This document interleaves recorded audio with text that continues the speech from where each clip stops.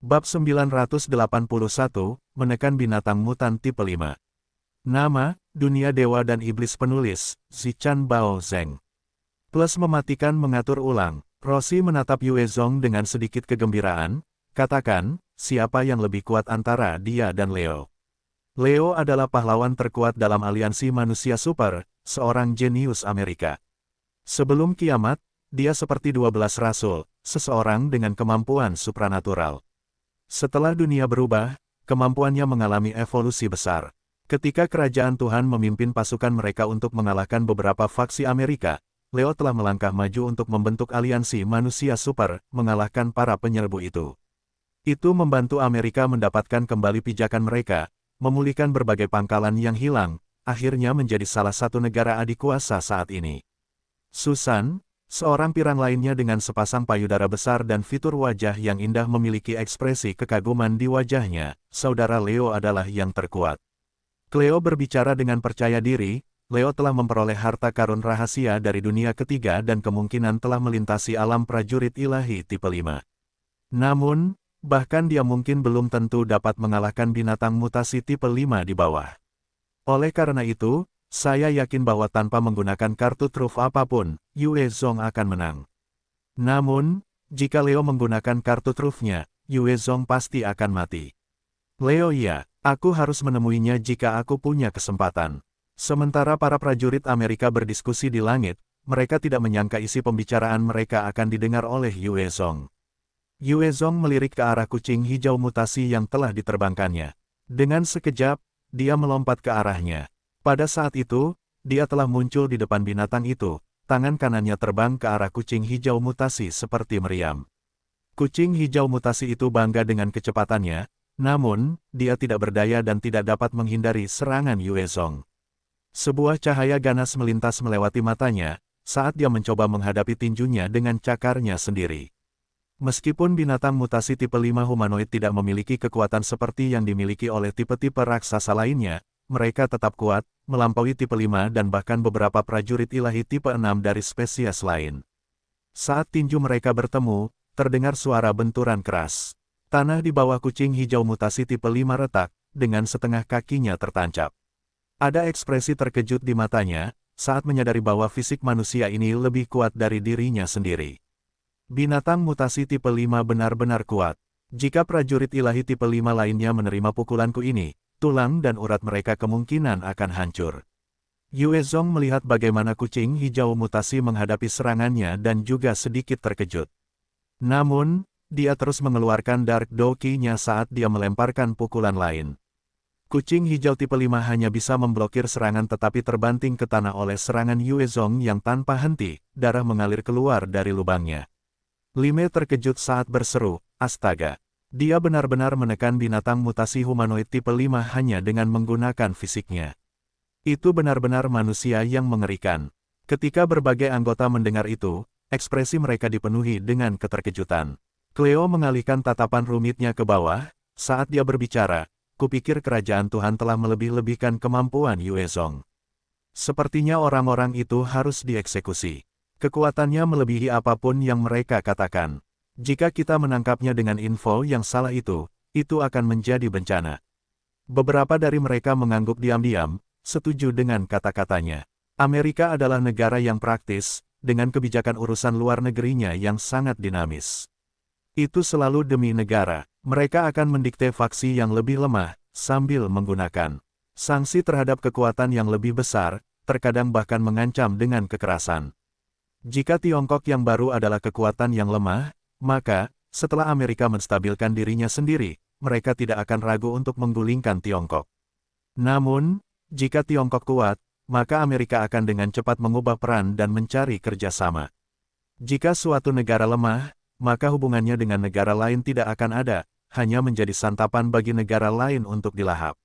Setelah menyaksikan kekuatan Yue Zong, Cleo dan yang lainnya melepaskan kesombongan yang mereka pegang sejak Leo membawa teknologi itu kembali dari dunia ketiga. Mereka sekarang memandang Tiongkok sebagai kekuatan yang setara. Seorang prajurit ilahi tipe 6 mampu mendatangkan malapetaka di bumi. Hanya senjata nuklir yang mungkin dapat menimbulkan ancaman bagi keberadaan seperti itu.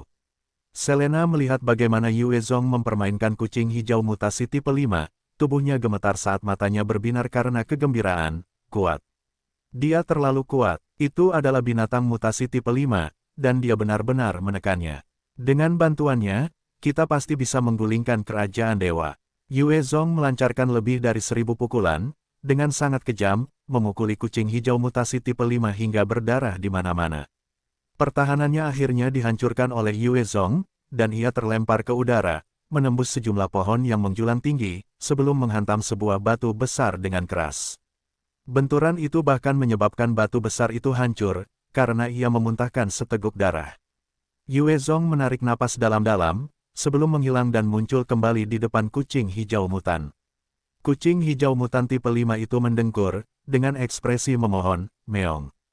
Setelah menjadi prajurit ilahi tipe 6, persepsi Yue Zong meningkat, dan ia bisa merasakan permohonan dari kucing hijau mutan. Ia menghentikan tinjunya tepat di depan kepalanya, dengan dingin menyatakan, "Kau ingin aku berhenti?" "Tentu, tetapi jangan melawan dan jadilah peliharaanku. Jika tidak, aku akan membunuhmu dan mengambil nukleusmu." Ia kemudian melambaikan tangannya, mengaktifkan teknik binatang jinak, mengirimkan cahaya terang ke kepalanya. Kucing hijau mutasi tipe 5 tetap patuh dan membiarkan teknik itu masuk ke tubuhnya. Meskipun kekuatan binatang mutasi humanoid lebih lemah dari jenis-jenis binatang itu, kecerdasan mereka lebih tinggi. Kucing hijau mutasi tipe 5 ini dapat memahami Yue Zong dan bersedia menurutinya, sehingga memungkinkan teknik itu tertanam padanya. Cahaya teknik itu terpancar beberapa saat sebelum menghilang. Pada saat itu, Yue Zong dapat merasakan hubungan antara dirinya dan kucing itu dengan jelas. Kucing hijau mutasi tipe 5 benar-benar telah menjadi binatang yang dipanggilnya. Meong gelombang. Setelah membuat hubungan itu, kucing hijau mutasi tipe 5 menerkam Yue Zong dan menjulurkan lidahnya untuk menjilati wajahnya, mengekspresikan rasa sayang. Astaga, dia benar-benar menaklukkan binatang mutasi tipe 5. Ya Tuhan, itu tidak bisa dipercaya. Petik 2 petik 2. Di langit, Cleo dan yang lainnya menyaksikan dengan mata terbuka lebar. Apa itu binatang mutasi tipe 5? Di bumi, jika binatang seperti itu mengamuk, sebuah negara kecil dapat dihancurkan dengan mudah. Cleo dan yang lainnya dapat menggunakan senjata untuk membunuh binatang mutasi tipe 5, atau dalam contoh sebelumnya, ketiganya karena mereka terganggu oleh sinar bulan dan juga binatang mutasi lainnya. Dengan demikian, pertahanan mereka telah diturunkan, itulah cara mereka memperoleh keuntungan.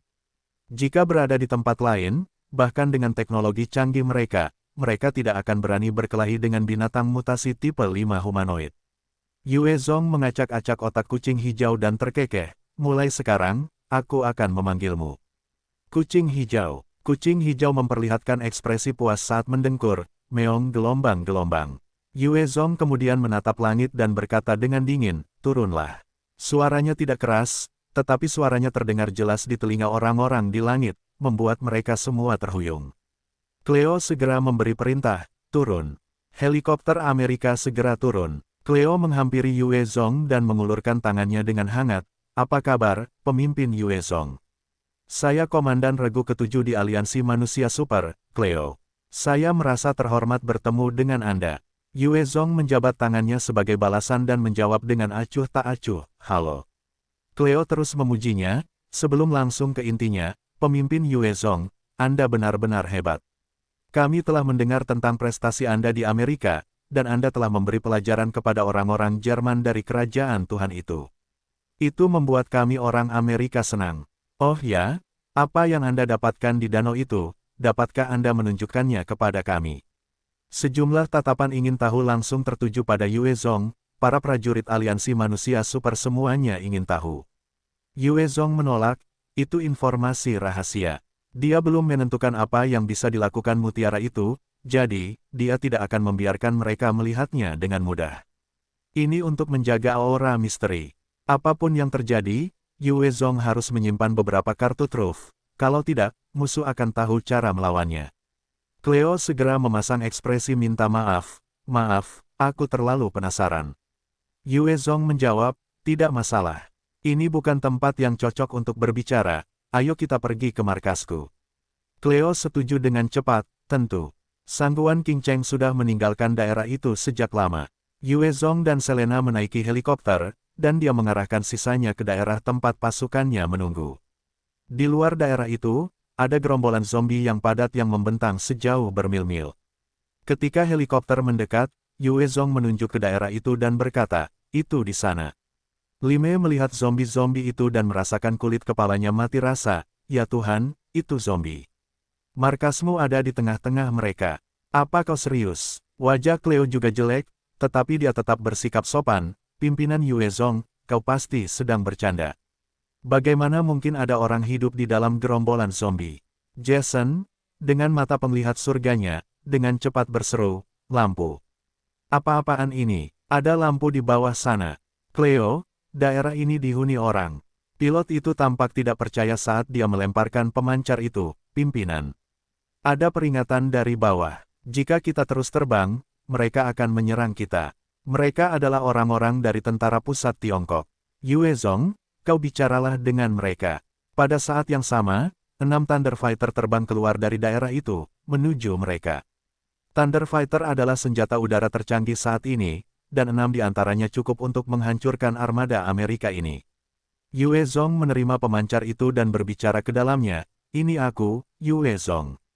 Pesawat-pesawat ini bukan musuh." Sebuah suara penuh semangat datang dari ujung sana, "Ya, pimpinan, tolong izinkan pasukan Falcon kedua kami untuk mengawalmu." Yue Zong tidak menolak. "Oke." Ke-6 Thunder Fighter itu terbang cepat, menutupi sisi-sisi pesawat. Li Mei melihat pesawat itu dan matanya dipenuhi rasa iri, saat dia bertanya pada Yue Zong, "Thunder Fighter. Makhluk-makhluk itu bahkan lebih ganas daripada Apache kita. Pertahanan mereka juga tinggi, dikenal sebagai kartu truf kerajaan dewa. Orang-orang ini telah memberi kita kesulitan. Yue Zong, bagaimana kamu bisa mendapatkan mesin-mesin seperti itu dalam kondisi baik?" Thunder Fighter adalah teknologi canggih dan pada dasarnya adalah tank di langit. Mereka dapat membawa serta amunisi yang menghancurkan dan digunakan untuk melenyapkan musuh. Lebih dari 20.000 orang Amerika telah tewas di bawah mesin-mesin perang ini. Bahkan para ahli dari aliansi manusia super pun tidak luput. Jadi, Li Mei memiliki kesan yang kuat terhadap mereka. Yue Zong menjawab dengan lembut, "Kau hanya perlu membunuh pilot mereka." Melihat Yue Zong tidak mau menjawab, Li Mei tidak bertanya lebih jauh. Ia menoleh untuk melihat zombie di bawahnya, merasakan rambutnya berdiri sekali lagi.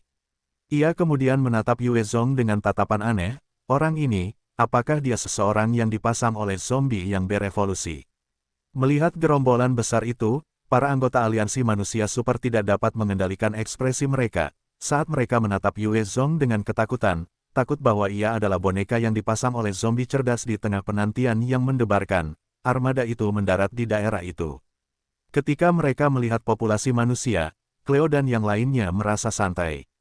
Di dalam sebuah villa mewah di daerah itu, Yue Zong duduk di sofa sambil berbicara kepada Cleo, "Mengapa pemerintah Amerika mengirim kalian dan bukan utusan diplomatik? Di antara negara-negara, mengirim diplomat asing dan bukan pasukan khusus seperti kelompok prajurit manusia super ini adalah hal yang biasa." Cleo mengangkat bahu dan terkekeh, "Yue Zong, aku diplomat sungguhan. Jika kau tidak percaya padaku, kau dapat mengonfirmasinya dengan Amerika. Dalam keadaan baru-baru ini, kau tahu bahwa jika diplomat biasa itu dikirim, siapa tahu mereka akan mengalami kecelakaan dan mati di sini. Untuk datang ke Tiongkok, kita telah membayar harga yang mahal.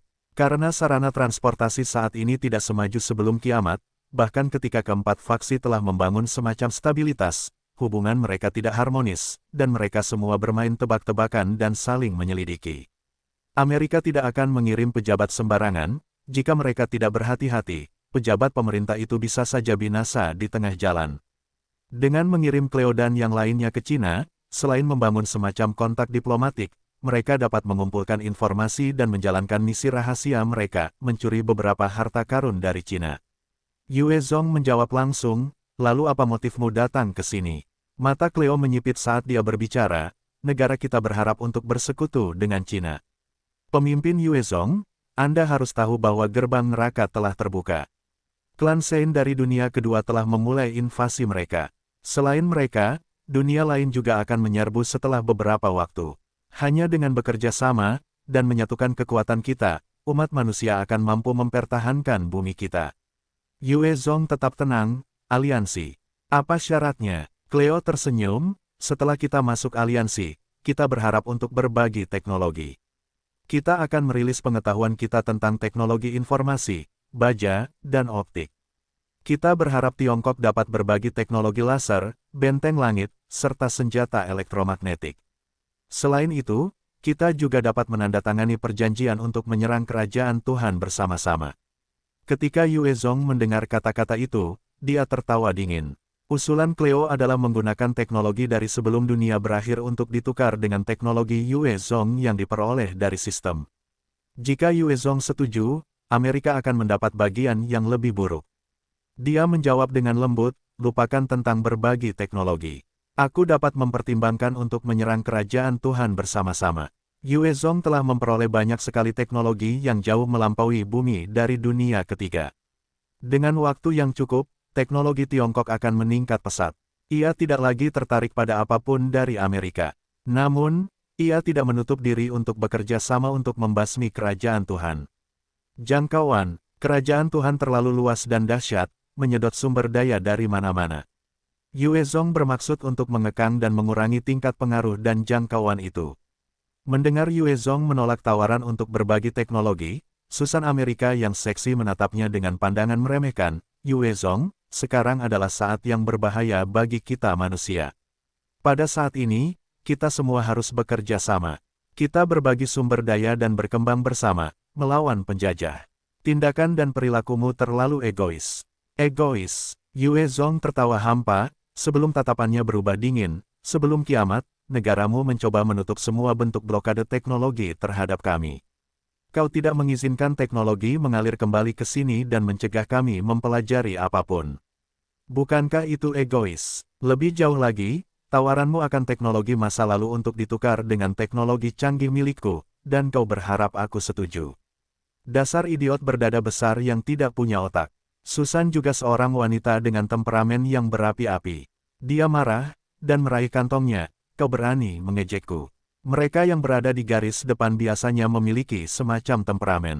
Mereka harus sering membunuh, sehingga niat membunuh itu telah tertanam.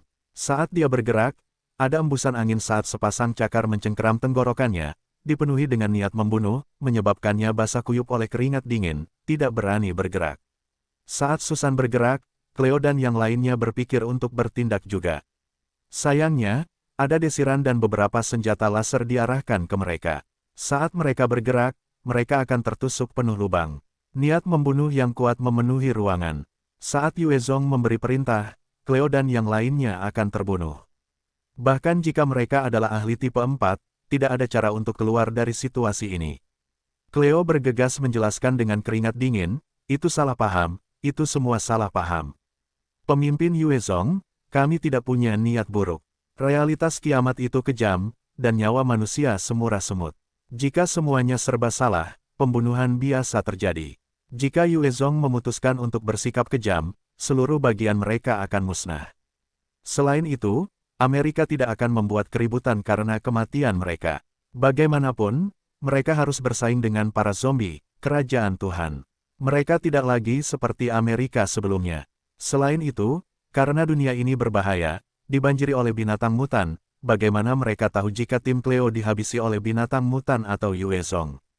Yue Zong melambaikan tangannya, dan senjata diturunkan. Green Chat juga melepaskan cengkeramannya di leher Susan, dan duduk dengan nyaman di samping Yue Zong. Susan menatap Green Chat dengan ketakutan di matanya dan keringat dingin di punggungnya. Dia telah melihat bagaimana Green Chat telah memusnahkan seluruh tim pasukan khusus. Kecepatan dan keganasan semacam itu meninggalkan kesan yang mendalam padanya. Cleo menyesuaikan emosinya dan berkata, pemimpin Yue Zong, benteng langit, meriam elektromagnetik, dan senjata laser adalah teknologi yang penting bagi kita. Tanpa itu, kita tidak akan memiliki cara untuk bertahan melawan invasi. Apa yang diperlukan agar Anda berbagi teknologi dengan kami? Teknologi itu dapat dianggap jauh melampaui konteks saat ini. Jika seorang prajurit biasa dilengkapi dengan senjata elektromagnetik, maka mereka akan memiliki cara untuk membunuh tipe L dan prajurit ilahi tipe 4 lainnya. Benteng langit juga merupakan mesin perang yang mampu bersaing dengan binatang mutasi tipe 5 lainnya. Dengan fasilitas produksi Amerika, begitu mereka memperoleh teknologi tersebut, mereka akan maju dengan cepat dan memperoleh kemampuan untuk bertahan melawan invasi klan Sein. Yue Zong menjentikkan tangannya, dan meriam penembak jitu yang digunakan oleh tim Cleo, yang mengandalkan nukleus binatang mutasi tipe 5 untuk membunuh binatang mutasi tipe 5 di danau, muncul, gunakan teknologi dengan level yang sama untuk melakukan pertukaran. Jangan coba-coba membohongiku bahwa kalian tidak memiliki teknologi seperti itu. Cleo dan yang lainnya telah meninggalkan 4 senjata tersebut ketika mereka membunuh binatang mutasi tipe 5, 2 telah dihancurkan oleh kucing hijau, sementara 2 telah disimpan oleh Yue Zong. Cleo melihat meriam penembak jitu dan wajahnya berubah. Aku harus memeriksa dengan atasanku. Pemimpin Yue Zong, meriam penembak jitu penghancur ini adalah senjata rahasia Amerika Serikat, bisakah kau mengembalikannya kepada kami? Jika tidak, itu dapat memengaruhi hubungan antara negara kita. Meriam penembak jitu penghancur dapat menggunakan nukleus tipe 5 dan merupakan teknologi yang dibawa kembali oleh Leo dari dunia lain. Itu dapat mengalahkan binatang mutasi tipe 5. Untuk mendapatkan harta karun di danau, mereka telah membawa total 6. Sekarang setelah mereka kehilangan 4, mereka harus menjawab kembali ke rumah. Yue Zong menjawab dengan lembut, aku akan menelitinya, setelah selesai, aku akan mengembalikannya kepadamu. Mendengar ini, Susan dan yang lainnya tampak marah. Wajah Cleo tetap tidak berubah, saat dia tersenyum, kalau begitu, silakan saja. Kedua belah pihak bertukar beberapa kalimat, Cleo kemudian membawa bawahannya pergi. Begitu mereka meninggalkan ruangan, Susan meledak dengan ketidakpuasan, bos. Kenapa kau menyerah? Itu barang kami. Prajurit superhuman lainnya juga melihat ke arah Cleo dengan tatapan yang sama. Wajah Cleo menjadi gelap, kita berada di wilayah mereka jika dia bersikeras tidak mengembalikannya. Apa yang bisa kita lakukan? Merebutnya kembali. Hah, Susan. Mendengar ini, mereka semua terdiam. Susan masih kesal, bos. Apakah kita akan membiarkannya begitu saja? Aliansi hanya memiliki 15 meriam penembak jitu penghancur itu. Sekarang setelah kita kehilangan 4, kita harus menghadapi masalah setelah kembali. Cleo menjawab dengan tatapan muram, tentu saja tidak. Kita harus mendorong aliansi itu terlebih dahulu. Setelah kita mendapatkannya, kita dapat memaksa mereka untuk mengembalikannya. Kita hanya bisa menerimanya kali ini. Lime dan yang lainnya berpikir dan menyadari bahwa tidak ada peluang. Melawan seseorang yang bahkan dapat menjinakkan binatang mutasi tipe 5, melawannya hanya akan berarti kematian. Saat Cleo dan yang lainnya pergi, Yue Zong memanggil Selena. Yue Zong berbicara, aku ingin tahu situasi terkini pasukan pemberontak Indiamu. Katakan saja yang sebenarnya, jika aku tahu kau berbohong, maka tidak perlu bekerja sama. Ya, Selena menjadi serius dan mulai menjelaskan berbagai hal di India. India telah disebut sebagai basis kerajaan Tuhan. Ada banyak lumbung padi yang mereka gunakan untuk mengendalikan sebagian besar orang yang selamat di sana. Di bawah kekuasaan kerajaan Tuhan, orang-orang India menjadi pekerja dan tentara. Pada awalnya, ada banyak orang yang selamat yang mencoba memberontak, tetapi ditindas oleh para elit dari kerajaan Tuhan. Setelah itu, karena ancaman dan ketakutan, banyak yang menjadi patuh dan bekerja untuk mereka. Kerajaan Tuhan memiliki kekuatan militer untuk melindungi pangkalan mereka dan membangun bangunan. Pada saat yang sama, mereka menggunakan ransum untuk mengendalikan orang-orang India agar bekerja untuk mereka, sambil menggunakan banyak metode untuk menimbulkan gesekan di antara orang-orang India, menyebabkan pertikaian dan konflik, mengendalikan mereka dengan ketat. Kerajaan Tuhan mungkin mengklaim menguasai seluruh India, tetapi sebenarnya, mereka hanya menduduki 3 kawasan industri penting. Di India, masih ada banyak zombie, dan banyak faksi dengan panglima perang kecil. Hanya saja faksi-faksi kecil ini terlalu lemah untuk menjadi ancaman bagi kerajaan Tuhan, sehingga mereka tidak mau diganggu. Akan tetapi, ancaman zombie itu nyata, jumlah mereka banyak, dan kerajaan Tuhan tidak mau mengirim pasukan mereka keluar. Mereka memfokuskan kekuatan mereka pada pertahanan, sambil mengerahkan prajurit mereka dari waktu ke waktu. Para prajurit ini akan mengalahkan faksi-faksi yang lebih kecil, sambil menangkap penduduk dan para penyintas untuk ditambahkan ke kumpulan penyintas mereka sendiri. Selena adalah bagian dari organisasi yang disebut Pasukan Pemberontak India, yang memiliki 20.000 penyintas dan 3.000 prajurit. Tujuan dan sasaran mereka adalah untuk mengusir para penyerbu dan menghidupkan kembali India. Meskipun mereka memiliki 3.000 prajurit, dalam pertempuran melawan kerajaan Tuhan, mereka kalah dalam lebih banyak pertempuran daripada yang mereka hitung. Ditambah dengan kurangnya makanan dan amunisi, situasi mereka saat ini sangat sulit. Karena kekalahan berturut-turut, lebih banyak pengkhianat mulai bermunculan, membelot ke pihak kerajaan Tuhan. Faktanya, mereka telah sangat menderita, yang tersisa hanyalah 20.000 orang percaya yang setia dengan tekad untuk mengusir kerajaan Tuhan. Akan tetapi, itu tidak cukup hanya dengan iman saja. Mereka membutuhkan amunisi, sumber daya, dan para ahli. Sulit untuk melanjutkan. Setelah mendengar apa yang dikatakannya, Yuezong bertanya tanpa ekspresi, apa yang akan kudapatkan dengan mendukung kalian? Wajah Selena berubah menjadi senyum yang memikat, jika kalian mendukung kami, kalian akan mendapatkan persahabatan dari seluruh India. Rakyat kami akan mengingat kebaikan kalian, dan kami akan mencatat kontribusi kalian di buku-buku kami di masa mendatang untuk memuliakan perbuatan kalian. Lebih jauh lagi, dengan kami sebagai penghambat, kerajaan Tuhan tidak akan dapat menyerang kalian dari arah kami. Yuezong terkekeh, kau memang pandai berbicara. Baiklah, aku akan mendukungmu dengan 2.000 senapan, 100 ton beras, dan 300.000 butir amunisi. Aku juga akan mengirim seorang instruktur untuk melatih prajuritmu. Kerajaan dewa telah menyebabkan banyak masalah bagi Yuezong di Tiongkok. Mereka juga telah merampas cukup banyak sumber daya. Yuezong tidak dapat melakukan apapun terhadap markas besar yang berbasis di Eropa, tetapi dia tidak keberatan meminjam orang-orang India untuk memberi mereka pukulan telak. Akan lebih baik jika kedua belah pihak dapat dilemahkan dari bentrokan mereka. Selena tampak gembira saat dia membungkuk dengan hormat, terima kasih banyak, pemimpin, atas kebaikan dan bantuanmu. Semua orang kita akan selalu mengingat ini. Yuezong kemudian melambaikan tangannya, kau boleh pergi. Mata Selena berbinar saat dia berdiri dan mulai menggoyangkan pinggulnya sedikit. Sambil tersenyum malu, pemimpin, aku bisa menari dengan sangat baik, bolehkah aku menarikan tarian tradisional India untukmu? Enyahlah, jangan dekat-dekat dengan ayah. Pada saat ini, terdengar teriakan marah. Selena tercengang saat melihat gadis cantik bergaun putih itu membenamkan diri dalam pelukan Yuezong. Matanya dipenuhi dengan tatapan merah, memancarkan niat membunuh yang menyebabkan Selena berkeringat dingin. Melihat Yin Xuang gelisah, Yuezong melambaikan tangannya ke arah Selena, pergi saja. Dimengerti, Selena kemudian bergegas keluar pintu.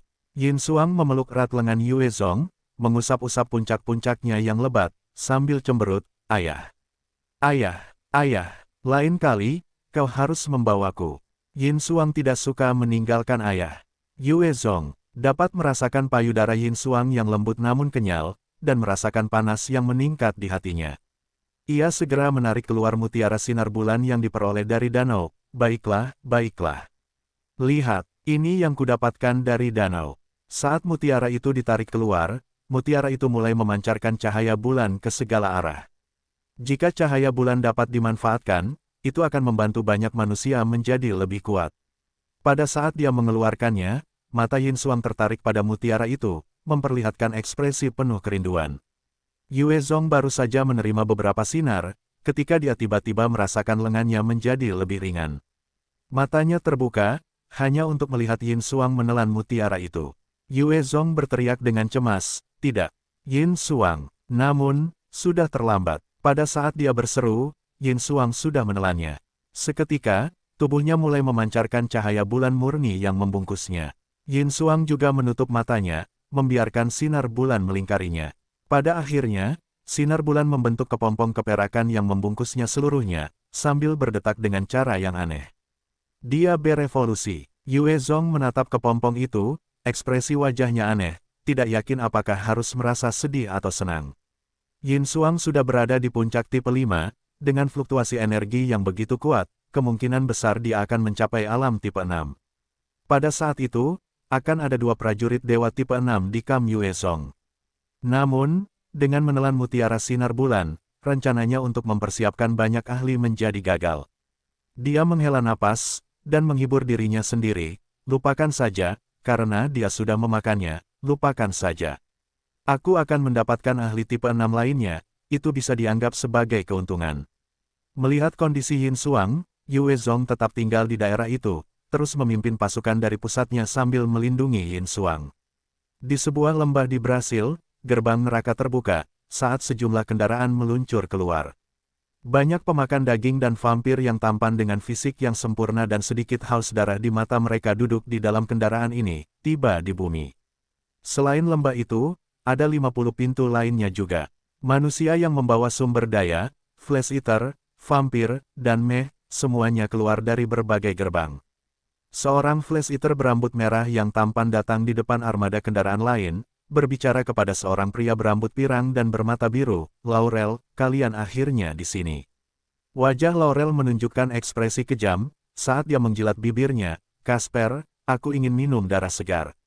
Casper tertawa gembira, "Tentu, aku telah menemukan beberapa markas manusia. Ayo kita berburu sampai kita puas. Untuk menangkap semuanya, aku telah menahan penantian begitu lama. Ayo pergi." Di bawah pimpinannya, Laurel dan pasukannya yang beranggotakan 1.000 orang tiba di markas manusia. Markas manusia itu telah membangun tembok kota setinggi 6 meter di sekelilingnya, dengan lubang-lubang yang digali di luar. 8 tentara hitam memegang senapan saat mereka mempertahankan pintu masuk. Ketika Casper dan yang lainnya muncul, orang-orang di dalam markas dengan cepat bereaksi, menyegel pintu masuk. Para prajurit juga mulai mengisi pos mereka. Di tembok kota, salah satu prajurit berteriak, "Hei, berhenti, atau kami akan melepaskan tembakan." Mata Casper bersinar dengan kilatan sadis. Dengan sekejap, dia muncul tepat di depan prajurit itu dalam beberapa tarikan napas. Dia kemudian melambaikan tangannya dan memenggal kepala prajurit itu. Dia kemudian membuka mulutnya lebar-lebar, melahapnya di hadapan semua prajurit lain yang hadir. "Aneh. Bunuh dia." Petik 2. Pangkalan yang selamat langsung jatuh ke dalam kekacauan, saat para prajurit mulai menembakkan senjata mereka ke Casper. Saat Casper makan, dia tertawa sadis, berubah menjadi badai. Kemanapun dia pergi, para prajurit akan kehilangan kepala mereka. Laurel juga seorang ahli tipe 4. Dia memimpin 200 Flesh Eater dengan kecepatan suara, melesat, melewati wilayah itu, dan melompati tembok kota. Mereka kemudian memulai pembantaian di dalam. "Monster sialan, pergi ke neraka." Para ahli di dalam markas berteriak dan menghunus senjata mereka untuk menyerang Casper. Dengan gerakan memutar tubuhnya, ia menghindari serangan dengan mudah, muncul di samping salah satu ahli itu dan mencengkeram kepalanya. Mayat tanpa kepala ahli manusia itu jatuh ke tanah saat para ahli manusia di dalam markas penyintas tewas. Tidak ada seorang pun yang cukup mampu untuk menahan kekejaman para anggota klan Sein. Jeritan dan ratapan terdengar di mana-mana. Markas itu telah berubah menjadi neraka yang mengerikan. Para prajurit yang dipimpin Laurel mengepung kamp itu secara menyeluruh, tidak membiarkan seorang manusia pun melarikan diri. Dalam hitungan menit, populasi yang berjumlah sekitar 5.000 orang itu telah jatuh di bawah pembantaian biadab, dengan anggota tubuh dan organ yang terpotong-potong berserakan di seluruh tanah, sementara para prajurit tampan berseragam melahap daging dan darah mereka. Brasil segera hancur oleh invasi pasukan terdepan klan Sein. Berbagai pasukan berhasil melangkah melalui gerbang neraka, di bawah pimpinan para ahli mereka, menghancurkan berbagai markas, dan mendatangkan neraka bagi kam-kam penyintas manusia. Di pusat Brasil, di dalam salah satu gerbang neraka, 5 pria dan 1 wanita melangkah keluar perlahan. Pemimpinnya adalah seorang pria yang rambut panjangnya diikat ekor kuda, penampilannya gagah dan bahkan lebih rupawan daripada gadis tercantik. Dia mengenakan seragam tempur hitam, dengan jubah merah panjang. Matanya terpejam saat dia menarik napas dalam-dalam, jadi ini bumi. Tempat ini benar-benar tampak seperti surga bagi evolusi. Aku bisa merasakan vitalitas dan kehidupan di sini. Sel-selku yang telah lama berhenti berevolusi kini bergerak sekali lagi. Di bumi ini, aku pasti bisa menembus alam tipe 6 dalam waktu 2 tahun. Seluruh rombongan segera memberi selamat kepadanya dengan hormat. "Selamat, Raja Suci Anselm. Kami mendoakan yang terbaik dan sukses dalam terobosanmu untuk menjadi Kaisar Suci." Pria dengan kuncir kuda ini adalah salah satu dari 4 Raja Suci, Raja Suci Anselm. Dia tertawa ringan, tatapannya beralih ke kejauhan, sementara dia berpikir dalam hati, "Mungkin aku bahkan tidak butuh waktu setahun. Selama aku bisa menangkap ahli manusia lain dengan jejak dewa dan iblis, menelannya, aku pasti bisa menerobos dan berevolusi di tempat." Anggota klan suci tipe 5 lainnya, Denny, bertanya, Raja Suci Anselm, musuh kita yang dibenci Yue Zong ada di Tiongkok. Mengapa tidak menyerang mereka secara langsung, daripada datang ke Brasil? Ada banyak gerbang neraka yang terletak di seluruh dunia kedua, yang mengarah ke berbagai bagian bumi. Denny dipenuhi dengan kebencian terhadap Yue Zong dan tidak mengerti mengapa Anselm memilih Brasil alih-alih Tiongkok. Anselm menjawab dengan tenang, Yue Zong memiliki fondasi yang kuat di sini. Sebelum Kaisar Suci tiba, kita mungkin bukan tandingannya. Oleh karena itu, tujuan yang mendesak adalah untuk mendirikan kerajaan terlebih dahulu, menyediakan ruang bagi pasukan kita di belakang untuk tiba dengan selamat. Kita kemudian dapat mengambil alih dunia sedikit demi sedikit. Anselm dan berbagai ahli dari klan suci waspada terhadap Yue Zong, tidak mau berselisih langsung dengannya. Itulah sebabnya mereka memilih Brasil sebagai titik awal mereka. Denny mengangguk, dipahami. Anselm kemudian memberi perintah, baguslah kau mengerti. Kumpulkan para zombie, mereka akan menjadi senjata perang terkuat kita. Ya, kelima leluhur menjawab dan dengan sekejap, mereka menghilang dari lokasi mereka. Vampir dan pemakan daging adalah keturunan leluhur yang berevolusi dari zombie dan manusia, atau di antara leluhur itu sendiri. Seorang vampir dan pemakan daging biasa mungkin tidak memiliki kemampuan untuk mengendalikan zombie. Hanya mereka yang memiliki bakat bawaan, atau mereka yang memasuki bumi dan memiliki keajaiban, menerobos alam tipe 4 atau tipe 5, yang akan memperoleh kemampuan untuk memerintah zombie. Lebih jauh lagi, para leluhur dari ratusan tahun yang lalu telah mencapai tingkat kendali yang berbeda atas zombie. Itu tidak sama dengan Jiang Sheng seperti yang lainnya, yang baru saja berevolusi dan kemampuan mereka untuk mengendalikan rekan-rekan mereka masih kurang. Kelima leluhur menyebar dan melakukan perjalanan melalui Brasil, mengumpulkan para zombie itu. Berbagai zombie cerdas yang berevolusi dibujuk untuk melayani mereka atau langsung dibunuh sebelum gerombolan mereka direnggut. Perlahan-lahan, semua zombie di Brasil berkumpul bersama. Di Nepal, gerbang neraka terbuka, saat segerombolan manusia keluar dengan kendaraan, memasuki bumi. Salah satu dari mereka mengenakan baju zirah badai tipe 5 berwarna hitam, rambut hitamnya berkibar, tampak sangat gagah berani saat dia melangkah keluar dari gerbang, diapit oleh 8 bawahannya yang sama cantiknya. Si cantik ini tak lain adalah Luo Qingqing. Dia memejamkan mata untuk merasakan energi bumi yang melimpah, dan berpikir pelan, apakah ini tempat asal Yue Zong? Energi yang murni. Di planet ini, paling lama butuh 10 tahun lagi bagiku untuk menerobos ke alam tipe 6. Floxenia, mengenakan seragam militer dan tampak sangat menggemaskan, menatap ke kejauhan, matanya memanas, Saudara Yue Zong, tunggu aku akan segera menemukanmu. Luo Chen juga berjalan keluar dan mengamati sekelilingnya, apakah ini bumi? Indah sekali, aku harap planet ini tidak akan hancur oleh serangan nuklir. Dunia kedua telah hancur setelah perang nuklir terjadi, menyebabkan radiasi di seluruh planet. Debu dan sampah ada di mana-mana, dengan sangat sedikit tempat yang memiliki kesempatan langka untuk mengintip melalui lapisan debu abadi. Dunia kedua mungkin lebih luas daripada bumi, tetapi makhluk hidup di dalamnya jauh lebih sedikit. Pada saat yang sama, rentang hidup manusia di sana dipersingkat, hidup hingga rata-rata 40 tahun. Pada saat itu, karena konsumsi air yang diradiasi, dan menghirup udara beracun, mereka akan bermutasi atau mati karena komplikasi kesehatan. Apakah ini bumi? Sinar matahari. Itu sinar matahari. Ada rumput dan pepohonan di sini. Ini sangat indah. Aku suka dunia ini. Ini hebat. Tidak ada radiasi di sini. Aku suka dunia ini. Petik 2 petik 2. Para prajurit pemberontak dari dunia kedua yang telah melangkah keluar dari gerbang neraka melihat pemandangan bumi dan tergerak. Banyak dari mereka berlutut dalam emosi mereka dan mulai bergumam dengan wajah berlinang air mata. Dibandingkan dengan bumi, dunia kedua praktis adalah neraka. Di depan para prajurit, Luo Chen berteriak keras untuk meningkatkan moral mereka. Mulai hari ini dan seterusnya, ini adalah rumah baru kita. Mari kita bekerja keras untuk melindungi rumah kita. Kali ini, kita memiliki bimbingan dari pemimpin Yue Zong. Kita harus mengalahkan para pemakan daging dan vampir terkutuk itu.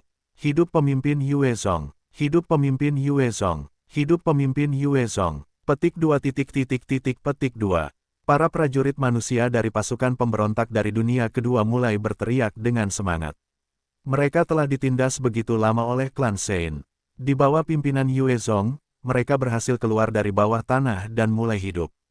Datang ke bumi yang indah ini, mereka mulai mengidolakan Yue Zong dan dipenuhi dengan rasa hormat kepadanya.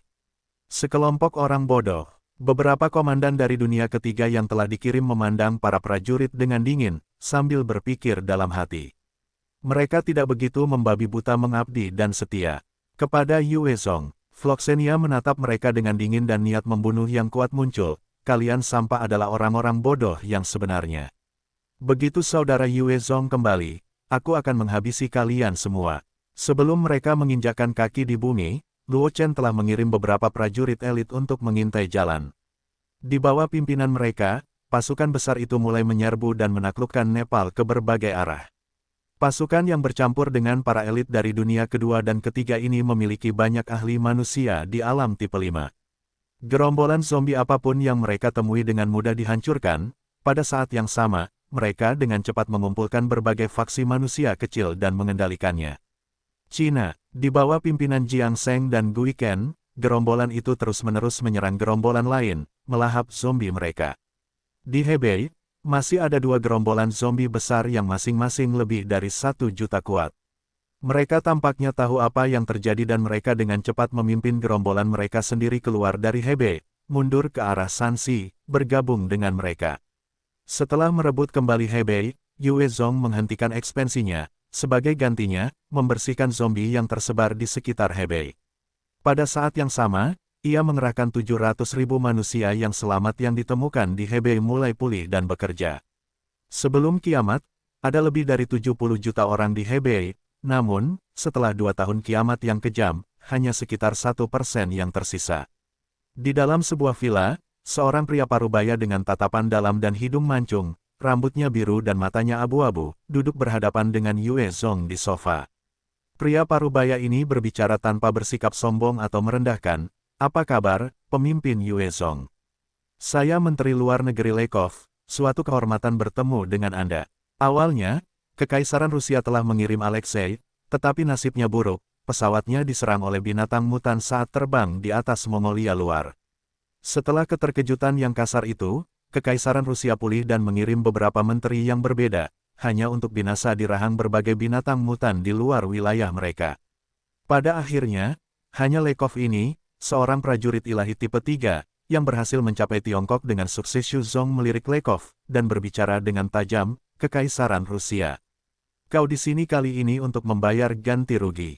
Kekaisaran Rusia telah bergandengan tangan dengan 4 faksi lainnya untuk menyerang Tiongkok di bawah arahan kerajaan Tuhan. Jika Yue Zong tidak kembali tepat waktu, kekaisarannya akan sangat terpuruk. Dia tidak memiliki kesan yang baik terhadap Rusia. Jika dia tidak memiliki begitu banyak hal untuk ditangani dan khawatir tentang kemungkinan senjata nuklir di Kekaisaran Rusia, dia akan membawa pasukannya untuk menyerang mereka. Mendengar kata-katanya yang tajam, Lekov melanjutkan tanpa ragu, saya pribadi merasa bersalah atas kejadian yang tidak menyenangkan antara kedua negara kita. Namun, penyebab utama kesalahpahaman ini adalah kerajaan Tuhan. Tsar kita yang terhormat tidak ingin negara kita meninggalkan persahabatan dan aliansi. Kami berharap bahwa kita dapat bekerja sama untuk menghadapi kerajaan Tuhan serta musuh-musuh lain dari umat manusia kita. Yue Zong tertawa dingin, aliansi. Haha, licik sekali. Saat kita menjadi sekutu, apakah aku harus mengembalikan tawanan Rusia kepadamu tanpa tuntutan apapun? Saat mereka menjadi sekutu, maka 10.000 elit Rusia yang kuat harus dikembalikan tanpa kompensasi apapun. Lebih jauh lagi, Kekaisaran Rusia kemudian dapat menggunakan identitas itu untuk meminta bantuan dan pertolongan. Mereka benar-benar cerdik. Lekov melanjutkan dengan tenang, Tuan Yue Zong. Pasukan ekspedisi kami dihancurkan olehmu saat mereka memasuki Tiongkok. Kamu tidak menderita banyak kerugian. Jika kamu mengembalikan pasukan kami kepada kami, kamu akan mendapatkan penghalang terhadap zombie dalam gerombolan itu. Bukankah itu jauh lebih menguntungkan bagimu? Lebih jauh lagi, untuk mengganti kerugianmu, Kekaisaran Rusia kami bersedia mengembalikan setengah dari Mongolia luar, semua yang ada di sebelah barat Mandalgovi, ke Tiongkokmu, dan mengakui kedaulatanmu atas tanah di sana. Sekarang, seluruh Mongolia luar telah jatuh ke tangan zombie, dan sebagian besar faksi telah jatuh ke tangan zombie atau ditelan oleh pasukan Rusia. Selama Kekaisaran Rusia setuju, Tiongkok bisa mendapatkan setengah dari Mongolia luar. Tanah dan kedaulatan sangat penting bagi suatu negara. Lekov yakin bahwa kondisi ini akan menarik Yue Zong. Kedaulatan. Yue Zong tertawa, tidak tergerak sama sekali, saat pupil matanya menyempit. Kau ingin aku menyerahkan tawanan dan bersekutu dengan Kekaisaran Rusia, itu bukan hal yang mustahil. Aku ingin 600.000 petani dari Mongolia luar yang telah ditangkap oleh kalian.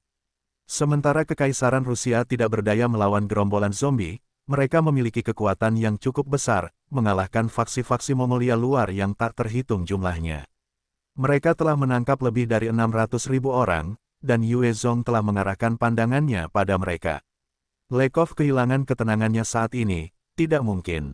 Pemimpin Yue Zong, para petani itu sudah menjadi rakyat kita. Mohon pertimbangkan lagi usulan kami. Jika Anda memiliki masalah dengan ukuran wilayah, kita bisa bernegosiasi. Dalam kiamat ini, kehidupan manusia seperti semut. Dalam sebagian besar faksi kecil dan menengah, para penyintas biasa diperlakukan seperti sampah dan semut. Namun, bagi faksi yang lebih besar, manusia sangat penting untuk pengembangan dan perluasan. Setelah kiamat terjadi, Yue Zong telah memperoleh tambahan 700.000 penyintas dari wilayah Hebei. Agar wilayah itu berkembang dan tumbuh lagi, ia membutuhkan lebih banyak orang. Mengenai wilayah Mongolia luar, itu sama sekali tidak penting bagi Yue Zong. Ia sudah kewalahan menangani Tiongkok, ia tidak memiliki energi atau sumber daya lebih lanjut untuk disisihkan ke tempat lain. Yue Zong mempertahankan pendiriannya, tidak. Aku menginginkan 600.000 orang itu.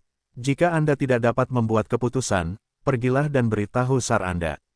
Lekov merenung sejenak, jika kami menyerahkan 600.000 orang itu kepadamu, bisakah kau membiarkan orang-orang kami membawa kembali perlengkapan dan senjata mereka? Kami membutuhkan pasukan yang dapat bertempur dengan segera. Yue Zong menjawab, tentu. Selain itu, aku bahkan dapat mendukungmu dengan 5.000 senapan, 300.000 butir amunisi, 200 ton ransum. Setelah aliansi kita dikonfirmasi, aku bahkan bersedia mengizinkan negara kita untuk terlibat dalam perdagangan. Kau dapat menggunakan inti binatang mutasi, kulit, daging untuk bertukar senjata, amunisi, dan ransum. Pada saat ini, Mongolia, Beijing, Guangxi, Hunan, dan Vietnam semuanya telah mendapatkan kembali beberapa bentuk vitalitas dan memproduksi amunisi dan peralatan canggih. Karena stabilitas wilayah-wilayah ini, pembangunan Tiongkok maju pesat. Setiap hari, sejumlah besar amunisi dan senjata sedang diproduksi. 5.000 senjata dan 300.000 butir amunisi adalah kacang bagi Yue Zong. Dengan modal sebesar itu, Yue Zong bisa menjanjikan bantuan seperti itu kepada Kekaisaran Rusia. Mendengar perkataan Yue Zong, mata Lekov berbinar. Yang menarik baginya bukanlah bantuan yang dijanjikan, melainkan pembukaan perdagangan. Dengan begitu, mereka bisa menukar banyak senjata dan amunisi. Kekaisaran Rusia saat ini kekurangan pangkalan yang stabil, dan amunisi mereka hampir habis, dan tampaknya tidak ada cara untuk mengisinya kembali. Jika mereka bisa mempertahankan hubungan diplomatik dengan Tiongkok ini, berdagang untuk mendapatkan sumber daya, mereka bisa melanjutkan operasi mereka. Lekov kemudian menjawab, masalah ini penting, izinkan saya pergi dan menyampaikan kata-kata Anda kepada SAR saya, dan saya akan membalasnya. Yue Zong menjawab dengan acuh tak acuh, tentu. Lekov kemudian memberi hormat, sebelum berbalik untuk pergi. Ketika dia kembali ke kamarnya, dia segera menggunakan telepon satelit untuk menyampaikan pesan kepada SAR Andre di Rusia, menyampaikan kata-kata Yue Zong. Ketika Andre mendengar syarat yang diajukan Yue Zong, wajahnya berubah muram. Awalnya ia bermaksud memanfaatkan 600.000 petani dari Mongolia luar. Saat ini, hanya ada sekitar 1 juta orang Rusia yang tersisa di kekaisaran mereka. Tanpa 600.000 orang Mongolia luar sebagai pekerja kasar, untuk membangun bangunan dan dipekerjakan, akan lebih sulit bagi mereka untuk berkembang dan maju di masa depan. Saat ia merenungkan dengan ekspresi muram, ia akhirnya menggertakkan giginya dan menjawab, berjanjilah padanya. Namun, sebagai gantinya, harus ada kesepakatan antara negara kita, tidak ada invasi. Minta dia untuk menyediakan 10.000 senapan, 1 juta butir amunisi, dan 500 ton ransum. Setelah selesai, ia tampak bertambah tua beberapa tahun, hatinya getir. Ia sangat menyesal atas keputusannya untuk menyerang Yue Zong pada awalnya. Ini adalah 600.000 orang. Lebih jauh lagi, Tiongkok telah menjadi salah satu dari 4 kekuatan teratas di dunia saat ini di bawah kekuasaan Yue Zong. Mereka memiliki pabrik dan penelitian serta terus berkembang dengan stabil. Begitu mereka mendapatkan 600.000 orang, itu seperti memberi sayap pada seekor harimau. Sebaliknya, Kekaisaran Rusia tidak akan dapat berkembang semulus itu tanpa 600.000 orang yang selamat itu. Dia sangat menyesal, sambil mengumpat dengan marah, Jerman terkutuk, Yue Zong terkutuk. Meskipun dia enggan, dia tidak punya pilihan selain menerimanya. Ini karena tidak mudah untuk mempersiapkan 10.000 tentara elit Rusia itu. Jika mereka dapat dikembalikan, nilai mereka lebih tinggi dari 600.000 petani. Lebih jauh, 10.000 pasukan Rusia itu semuanya adalah tentara Rusia, sehingga mereka lebih penting bagi Andre daripada 600.000 orang Mongolia luar. Jika dia mengorbankan 10.000 tentara itu demi 600.000 orang asing, dan rakyatnya tahu, mereka akan kehilangan kepercayaan padanya.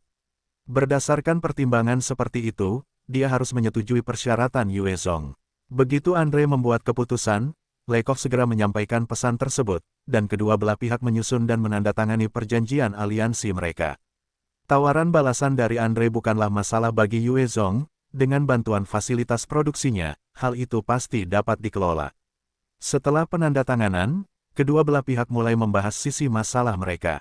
Tentara Rusia mengangkat senjata dan peralatan mereka saat mereka pulang, sementara 600.000 orang Mongolia luar dikawal oleh pasukan Rusia menuju Tiongkok. Mereka menangis saat meninggalkan tanah air mereka.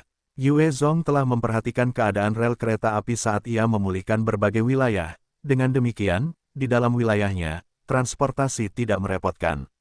Saat 600.000 orang Mongolia luar memasuki Tiongkok, mereka kemudian dikirim ke berbagai bagian wilayahnya, dibuat untuk bekerja pada proyek perbaikan dan konstruksi.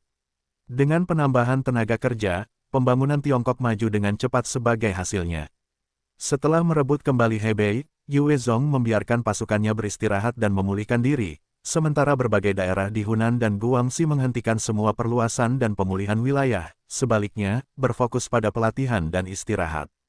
Pasukan manusia bukanlah zombie, bagaimanapun juga, tidak peduli seberapa elitnya mereka, berada dalam pertempuran terlalu lama akan membuat mereka lelah. Mereka harus beristirahat, atau mereka akan mulai hancur secara fisik dan mental. Kali ini, pengerahan besar-besaran Yue Zong telah memusnahkan lebih dari 6 juta zombie. Pada saat yang sama, melalui Jiangsheng dan Guiken, mereka memperoleh lebih dari 10 juta zombie. Seluruh wilayah Hebei berada dalam kendalinya, dan dengan demikian, faksinya telah berkembang jauh lebih banyak. Saat mereka berhenti sejenak, Yue Zong terus berlatih, sambil menunggu senjata dan teknologi baru diproduksi. Dia telah memperoleh penelitian dari dunia ketiga, menyerahkannya ke departemen penelitiannya. Saat mereka menerimanya, mereka memulai studi dan proses pembuatannya. Sebulan kemudian, di depan ibu kota Inggris, London, gerombolan besar zombie menyerbu ke arah angkatan bersenjata Inggris. Para prajurit bersenjata lengkap, dengan tank berat yang tak terhitung jumlahnya, tank ringan, kendaraan tempur infanteri, kendaraan yang dipasangi senapan mesin, helikopter serbu, sementara kedua belah pihak terlibat dalam pertempuran tanpa ampun di medan perang, rentetan tembakan meriam terus-menerus, ledakannya menggema keras. Sejumlah rudal dan roket mendarat di gerombolan zombie. Di langit, ada banyak helikopter berat yang melepaskan granat napalm dan bahan peledak yang tak terhitung jumlahnya, menutupi medan perang dengan kembang api dan ledakan. Banyak zombie yang berevolusi hancur berkeping-keping akibat dampak ledakan dan juga kobaran api. Satu L5 setinggi 5 meter berdiri di antara yang lain ketika tiba-tiba, sebuah bom klaster besar mendarat tepat di depannya. Hong, hong, setelah ledakan yang mengejutkan itu, L5 terkoyak dan hancur berkeping-keping. Di langit, zombie udara juga mencoba melancarkan serangan terhadap pasukan Inggris. Namun, dihadapkan dengan daya tembak yang tak henti-hentinya, mereka terus-menerus ditembak jatuh dalam upaya sia-sia mereka untuk mendekat. Meskipun kecepatan zombie terbang itu lebih cepat daripada kapal induk biasa, mereka tidak sebanding dengan jet tempur atau helikopter serbu. Melawan armada 100 jet Inggris, mereka pada dasarnya menjadi sasaran tembak. Pertempuran ini sepenuhnya adalah tentang para zombie yang menggunakan tubuh mereka untuk melawan baja dan persenjataan dari pihak manusia. Banyak dari mereka yang hancur berkeping-keping, abunya bertebaran. Di sisi lain, pasukan Inggris belum mengalami banyak korban. Para zombie yang berhasil melewati tembakan yang menekan akan dihabisi oleh pasukan elit Inggris. Di dalam pusat komando rahasia, seorang pemuda berusia 27-28 tahun dengan rambut pirang dan mata biru melihat ke arah pajangan, matanya memperlihatkan tatapan bangga dan kegembiraan. Di belakangnya ada beberapa orang yang duduk di sofa. Salah satunya adalah seorang pemuda berusia sekitar 18 atau 19 tahun, dengan tindikan dan rambut yang diwarnai, pakaiannya modis, sementara dia memeluk dua wanita cantik di sampingnya. Dia tampak sangat memberontak. Seorang pria lainnya mengenakan pakaian pendeta, tangannya memegang Alkitab. Seorang pria berkulit hitam, yang bertubuh besar dan berotot, tatapannya dingin, sementara dia terus menggunakan kain untuk membersihkan senjatanya yang menggunakan nukleus tipe 5, dan tampaknya berada di luar teknologi saat ini. Yang terakhir mengenakan baju besi penuh rune yang mendalam, penampilannya tampan, sementara dia membawa pedang besar di punggungnya. Keempat pria di sofa ini adalah evolver terkuat di Inggris, bernama Ackerman, Bolai, Simon, dan Arthur. Arthur, yang merupakan pemuda dalam baju besi rune, adalah eksistensi yang dapat bersaing dengan rasul pertama kerajaan Tuhan, Edward. Anggota tim lainnya juga merupakan ahli yang kuat dengan kekuatan seperti rasul. Karena keempatnya, Inggris, berhasil menaklukkan dan merebut kembali berbagai kota. Pada saat yang sama, mereka melawan kerajaan Tuhan di setiap langkah. Jenderal muda itu angkat bicara, Ackerman, bersiaplah, para zombie cerdas akan dipaksa untuk menampakkan diri. Begitu mereka muncul, aku akan memberitahumu. Ackerman, pria berkulit hitam yang sedang membersihkan senjatanya, mengangguk tanpa suara dan berjalan keluar pintu dengan santai. Ackerman adalah penembak jitu terbaik di Inggris, yang telah membunuh beberapa utusan ilahi dari kerajaan Tuhan. Bahkan para rasul harus waspada terhadapnya. Pria muda dengan dua wanita cantik di sampingnya tertawa ringan, saat dia berbicara kepada jenderal muda itu, Brendan, sepertinya kita akan kembali ke London dalam 2 minggu untuk merayakannya. Untuk merebut kembali London, pasukan Inggris telah bersiap selama hampir setahun, mengumpulkan sumber daya dan kekuatan mereka. Mereka telah menghabiskan sejumlah besar sumber daya dari sebelum kiamat, serta peralatan yang diproduksi sejak saat itu. Membunuh 8 hingga 9 juta zombie hanyalah masalah waktu. Selain mengerahkan senjata mereka, pasukan Inggris berjumlah lebih dari 100.000 tentara.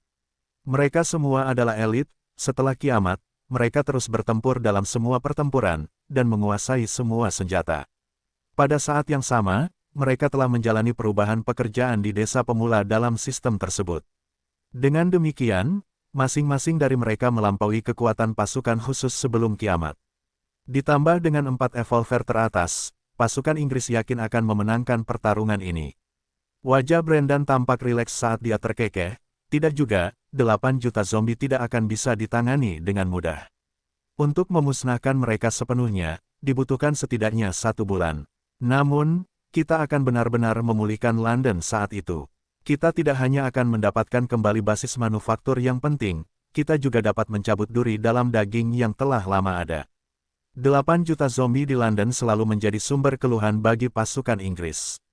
Dengan berjalannya waktu, serta evolusi zombie yang cerdas, gerombolan itu telah mencapai titik di mana mereka harus ditangani. Jika tidak, mereka tidak dapat mengerahkan pasukan mereka di tempat lain.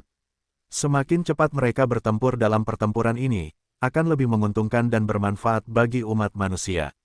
Brendan kemudian tertawa meremehkan, meskipun para zombie cerdas telah berevolusi banyak, di hadapan kita manusia, kecerdasan mereka yang lemah sebanding dengan babi.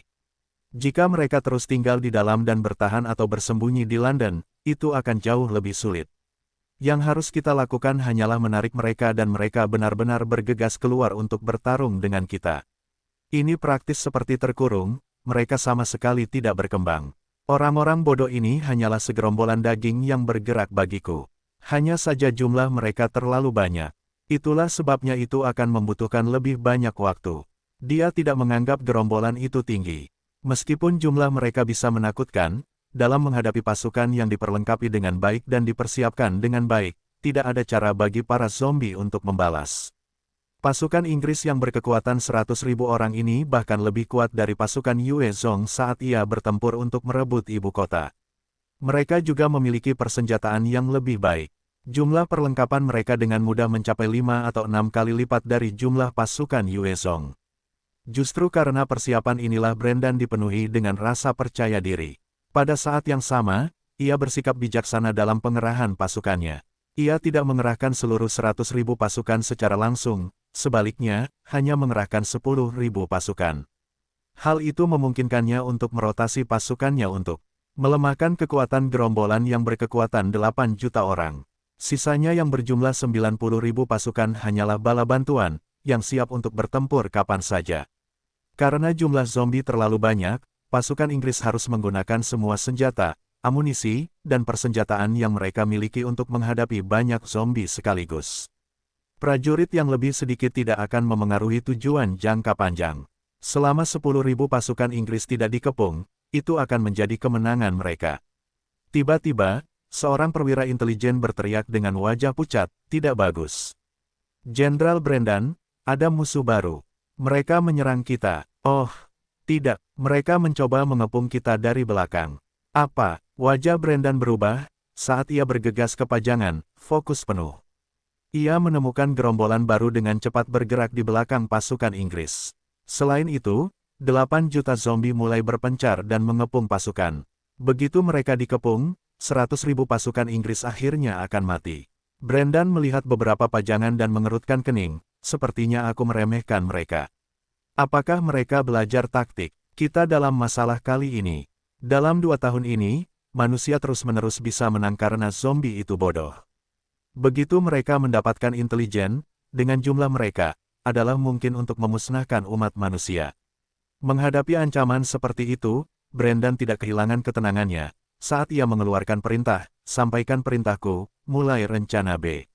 Atas perintahnya, 100.000 pasukan elit mulai bergerak.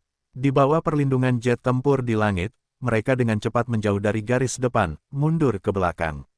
Atas arahannya, pasukan lapis baja elit berhasil menjauhkan diri dari gerombolan itu.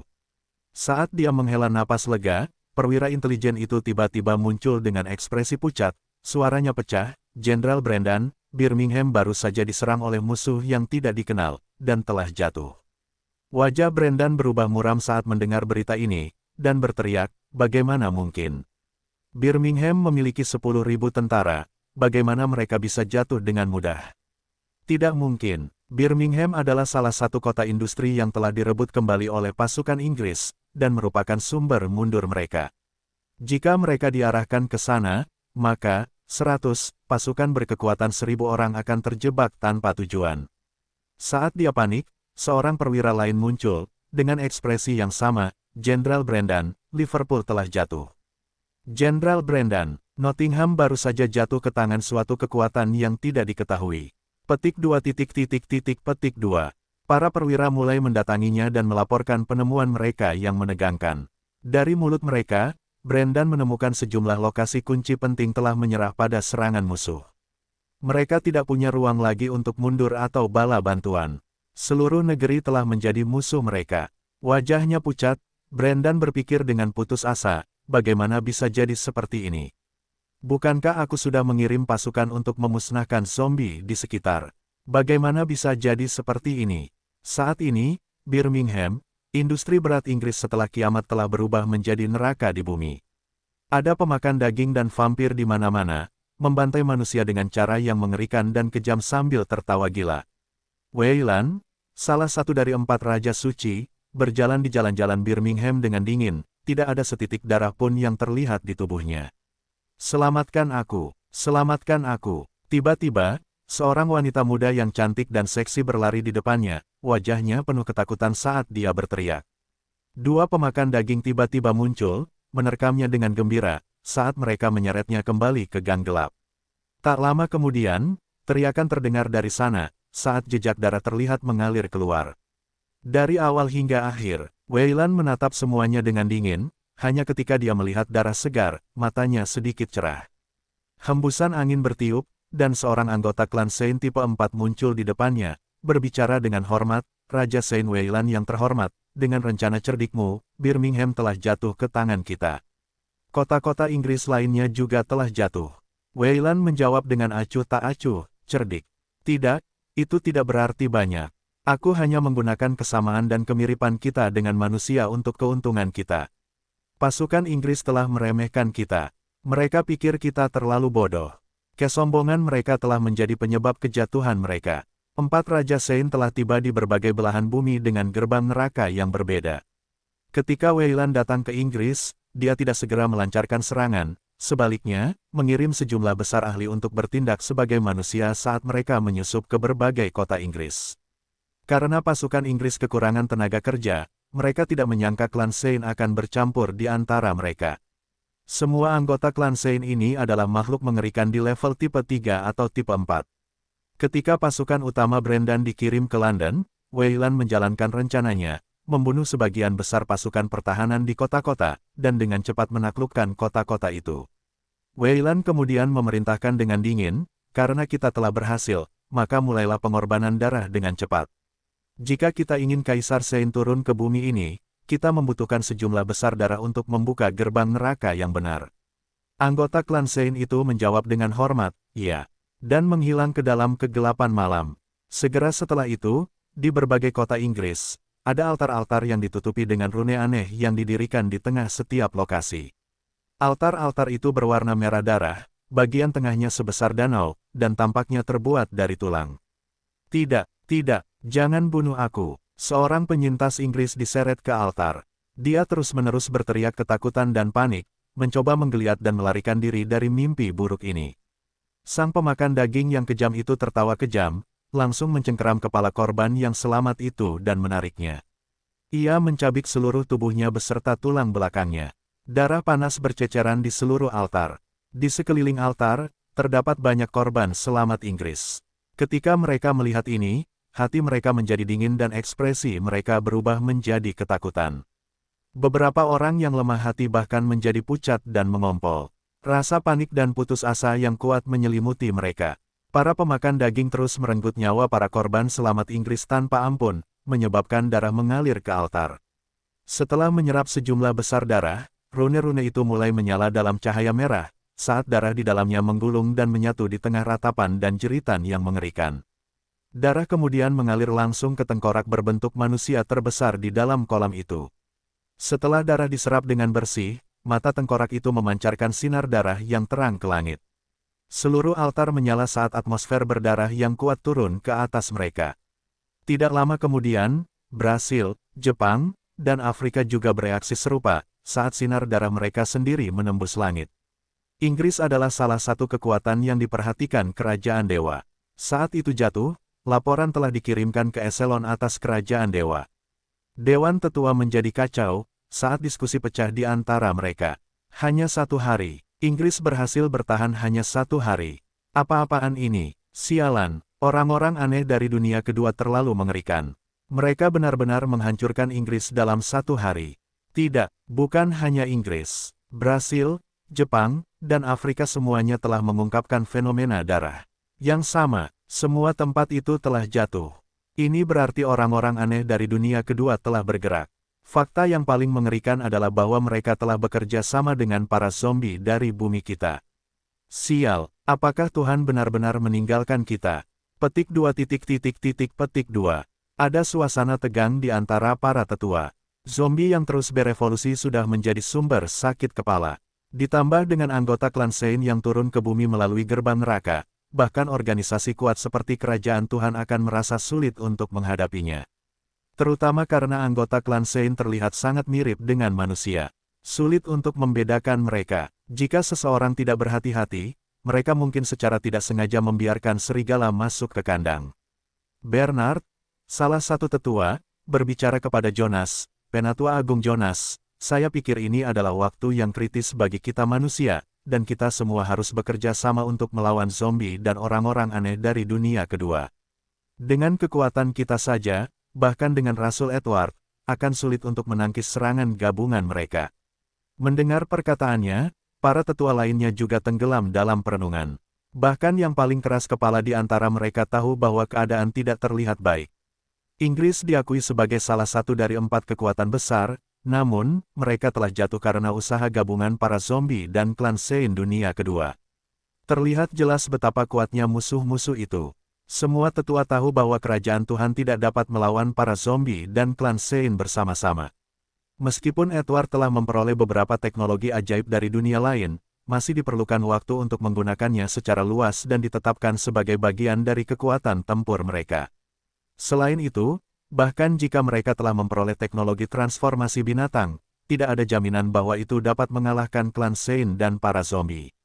Jonas terdiam cukup lama, sebelum akhirnya berbicara, kalau begitu, mari kita hubungi Tiongkok dan Amerika, untuk mengumpulkan pasukan aliansi bumi, dan melawan para zombie dan klan Sein. Bagus, selama umat manusia bekerja sama, kita pasti dapat mengalahkan para zombie dan klan Sein. Benar sekali, ras manusia kita akan menang. Tidak, aku keberatan. Petik 2 petik 2. Di tengah persetujuan mayoritas dan sedikit ketidaksetujuan, kasus itu dengan cepat disahkan dan sejumlah undangan dikirimkan kepada para pemimpin berbagai kekuatan. Di dalam sebuah villa mewah di Tiongkok, Yue Zong membaca selembar dokumen. Yue Zong mengerutkan kening, karena rasa tidak nyaman dan urgensi membebaninya.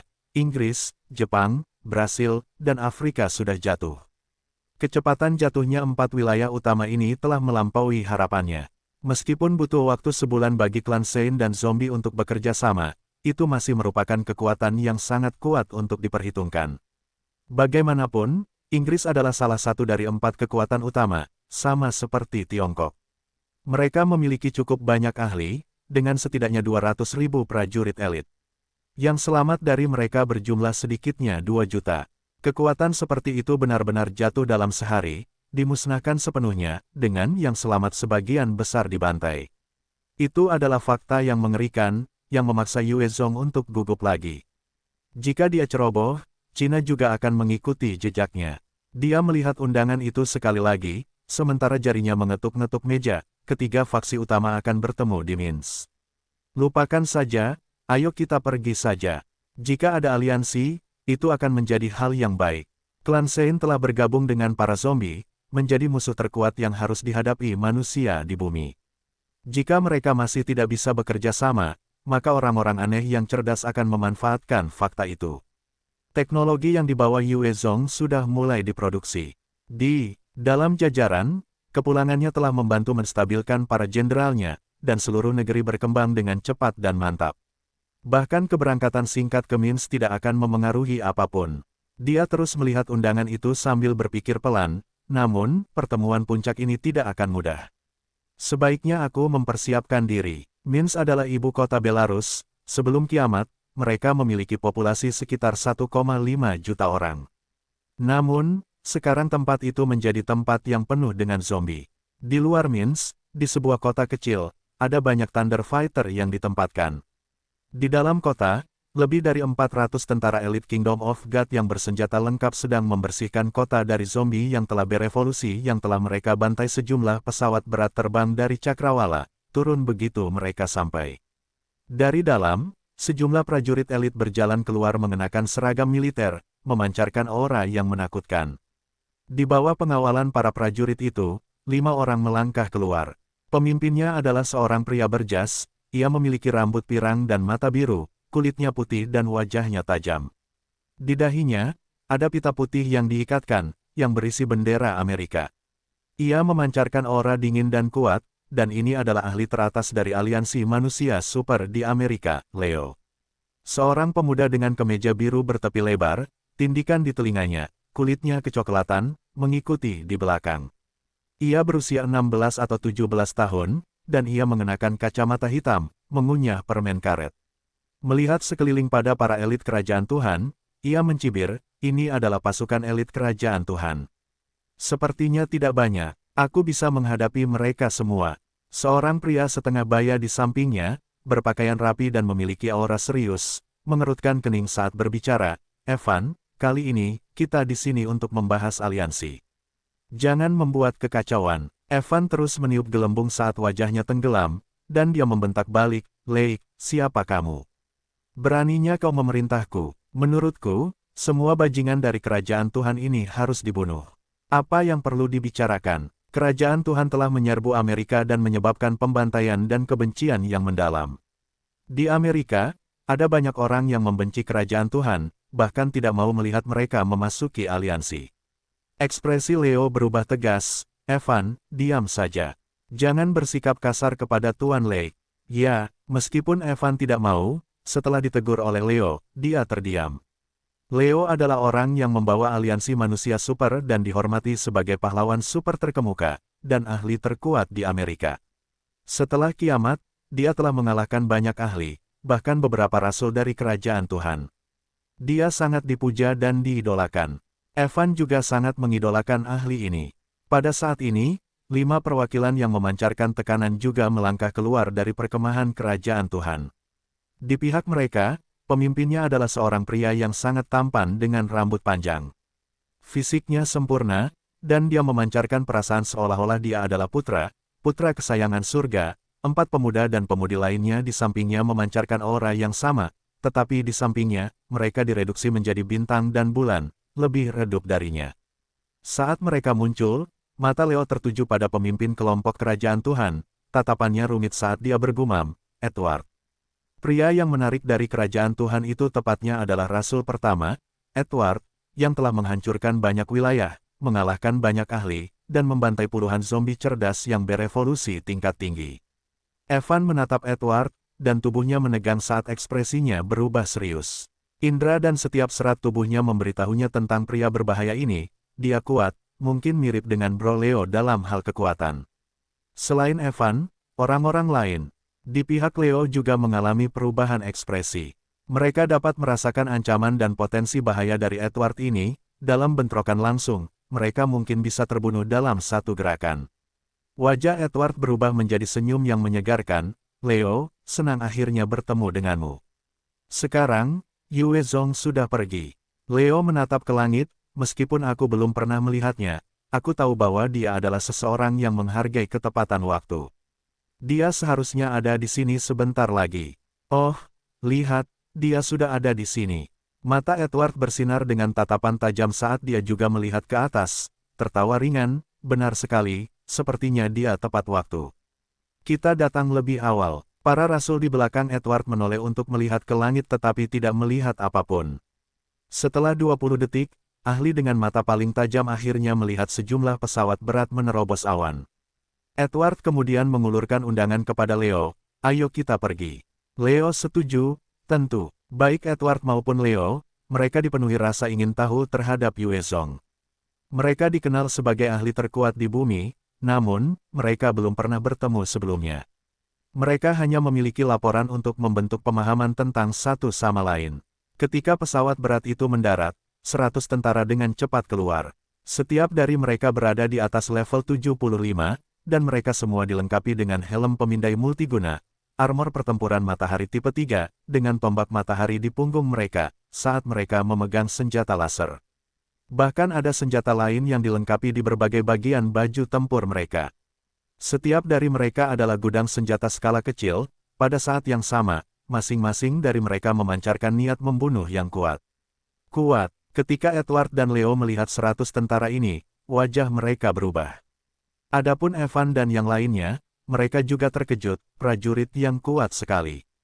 Apakah dia membawa semua ahli terbaiknya? 100 elit ini adalah bawahan teratas yang telah digelontorkan Yue Zong dengan sejumlah besar sumber daya untuk dididik. Masing-masing dari mereka memiliki kekuatan prajurit ilahi tipe 3, dengan menambahkan armor tipe 3 mereka semua mampu melepaskan kekuatan prajurit ilahi tipe 4. Kekuatan 100 prajurit tipe 4 sangat kuat di bumi ini, mereka dapat dengan mudah menghancurkan banyak negara.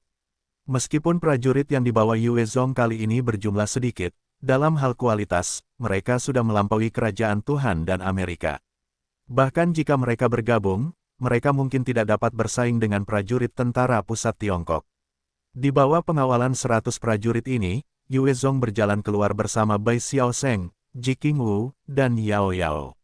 Edward tersenyum tipis, dan mengulurkan tangan kanannya terlebih dahulu. Saya Edward, senang bertemu dengan Anda, Yue Zong. Kekuatan Edward ini tidak kalah dengan saya, dia seharusnya juga seorang ahli tipe 6. Dunia ini benar-benar luas, dengan para jenius di mana-mana. Bukan hanya saya yang mengalami pertemuan yang tidak disengaja. Ketenaran Rasul pertama benar-benar bukan sekadar mitos. Yue Zong menilai Edward dengan hati-hati, merasakan bahaya yang ditimbulkannya. Dia bisa merasakan bahwa pria ini tidak jauh darinya dalam hal kekuatan. Yue Zong juga tersenyum, menggenggam tangan Edward dengan ringan. Apa kabar, saya Yue Zong, senang bertemu dengan Anda. Leo juga mengulurkan tangannya. Saya Leo, senang bertemu dengan Anda. Ahli tipe 6 lainnya, indera perasa Yue Zong menyapu Leo dan bisa merasakan kekuatan hidup yang melimpah di dalam dirinya. Ini juga seorang ahli tipe 6 yang dapat mengancam hidupnya. Yue Zong dengan ringan menggenggam tangan Leo. Hai, aku Yue Zong, senang bertemu denganmu. Setelah basa-basi, ketiga faksi memasuki kota kecil itu. Di dalam sebuah villa, ketiga faksi duduk di sisi masing-masing di sekitar meja bundar besar. Edward langsung ke pokok permasalahan. Kami senang kalian semua berusaha datang. Semua orang seharusnya sudah tahu sekarang, klan Sein dari dunia kedua telah bergabung dengan para zombie. Hanya dalam waktu sebulan, mereka telah mengalahkan Inggris, Jepang, Brasil, dan Afrika, serta menguasai wilayah-wilayah itu. Pada saat yang sama, berdasarkan informasi yang kami miliki, mereka telah membangun beberapa altar jahat dan iblis. Berdasarkan dugaan kami, mereka seharusnya mencoba untuk membongkar besarnya hubungan itu, yang memungkinkan Kaisar Suci tipe 6 dari dunia kedua untuk turun secara langsung. Berdasarkan situasi saat ini, mustahil bagi salah satu faksi kita untuk melawan mereka. Oleh karena itu, Kerajaan Tuhan berharap bahwa ketiga faksi kita dapat bersekutu dan membangun kembali masyarakat, saling membantu, dan melawan zombie dan klan suci bersama-sama. Petik 2. Pemerintah Federal Bumi dengan demikian akan terdiri dari tiga faksi utama kita, masing-masing dari kita bertanggung jawab atas wilayah kita sendiri, dengan hukum dan aturan kita sendiri. Akan ada pasukan bumi, yang dibentuk dan digunakan untuk melawan spesies dan ras asing. Anggota dewan akan dipilih oleh tiga faksi kita, dengan masing-masing anggota memegang kekuatan suara sepertiga. Mendengar kata-kata Edward, Yue Zong dan Leo terdiam. Usulan pemerintah federal bumi mirip dengan perserikatan bangsa-bangsa sebelum kiamat, tetapi kekuatan dan jangkauannya jauh lebih luas dari sebelumnya. Terutama pasukan bumi, ini akan menjadi militer yang mampu mengganggu keseimbangan segalanya. Namun seperti yang dikatakan Edward, berdasarkan situasi saat ini, ada kebutuhan untuk itu. Jika tidak, jika tiga faksi terus waspada terhadap satu sama lain, dan saling menusuk dari belakang selama situasi kritis, umat manusia akan terancam. Yue Zong angkat bicara setelah beberapa saat. Saya setuju dengan pemerintah federal bumi, tetapi untuk detailnya, harus ada beberapa penyempurnaan. Leo juga angkat bicara setelah beberapa saat. Saya memiliki sentimen yang sama. Ketiga pihak sepakat mengenai pemerintah federal bumi, tetapi segera, terjadi diskusi sengit mengenai rinciannya. Ketiga pihak membawa serta negosiator, terlibat dalam argumen sengit mengenai berbagai aspek anggota kabinet, jumlah prajurit, persentase kekuatan, del. Di sisi Edward, ada seorang pria kulit hitam kekar, dengan otot-otot bergelombang dan tato harimau di tangan kanannya. Dia melangkah keluar dan menatap Yue Zong dengan tajam. Pemimpin Yue Zong, saya Rasul kelima Kerajaan Tuhan, Ereben. Saya selalu kagum dengan Tiongkok dan mendengar bahwa negara Anda memiliki banyak ahli. Saya berharap dapat bertukar beberapa pukulan dengan mereka.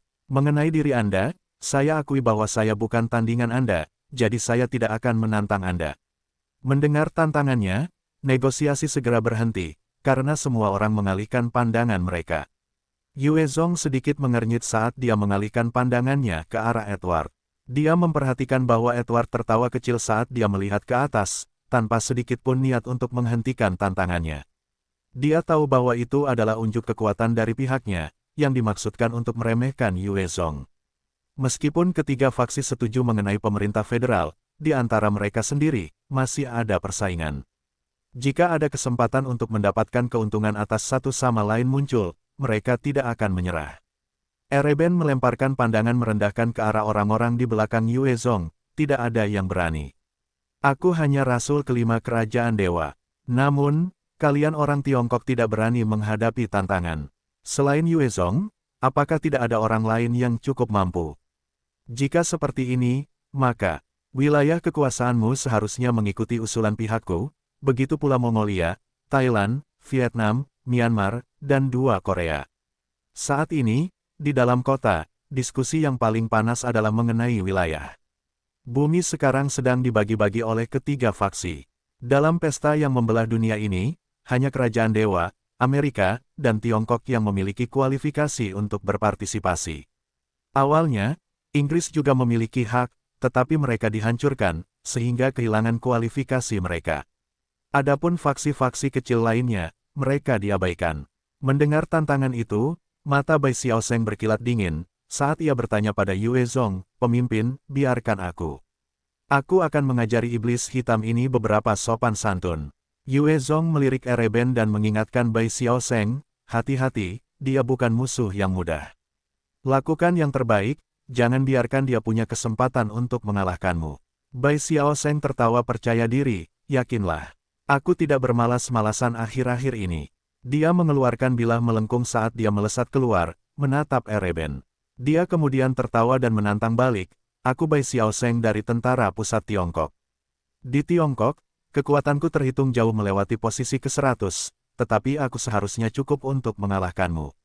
Jika kau kalah, maka semua yang ada di sebelah timur Polandia akan menjadi milik kita, bagaimana dengan itu? Ereben mendengus dingin, menang dulu sebelum kau mengoceh omong kosong. Mari kita selesaikan ini di luar.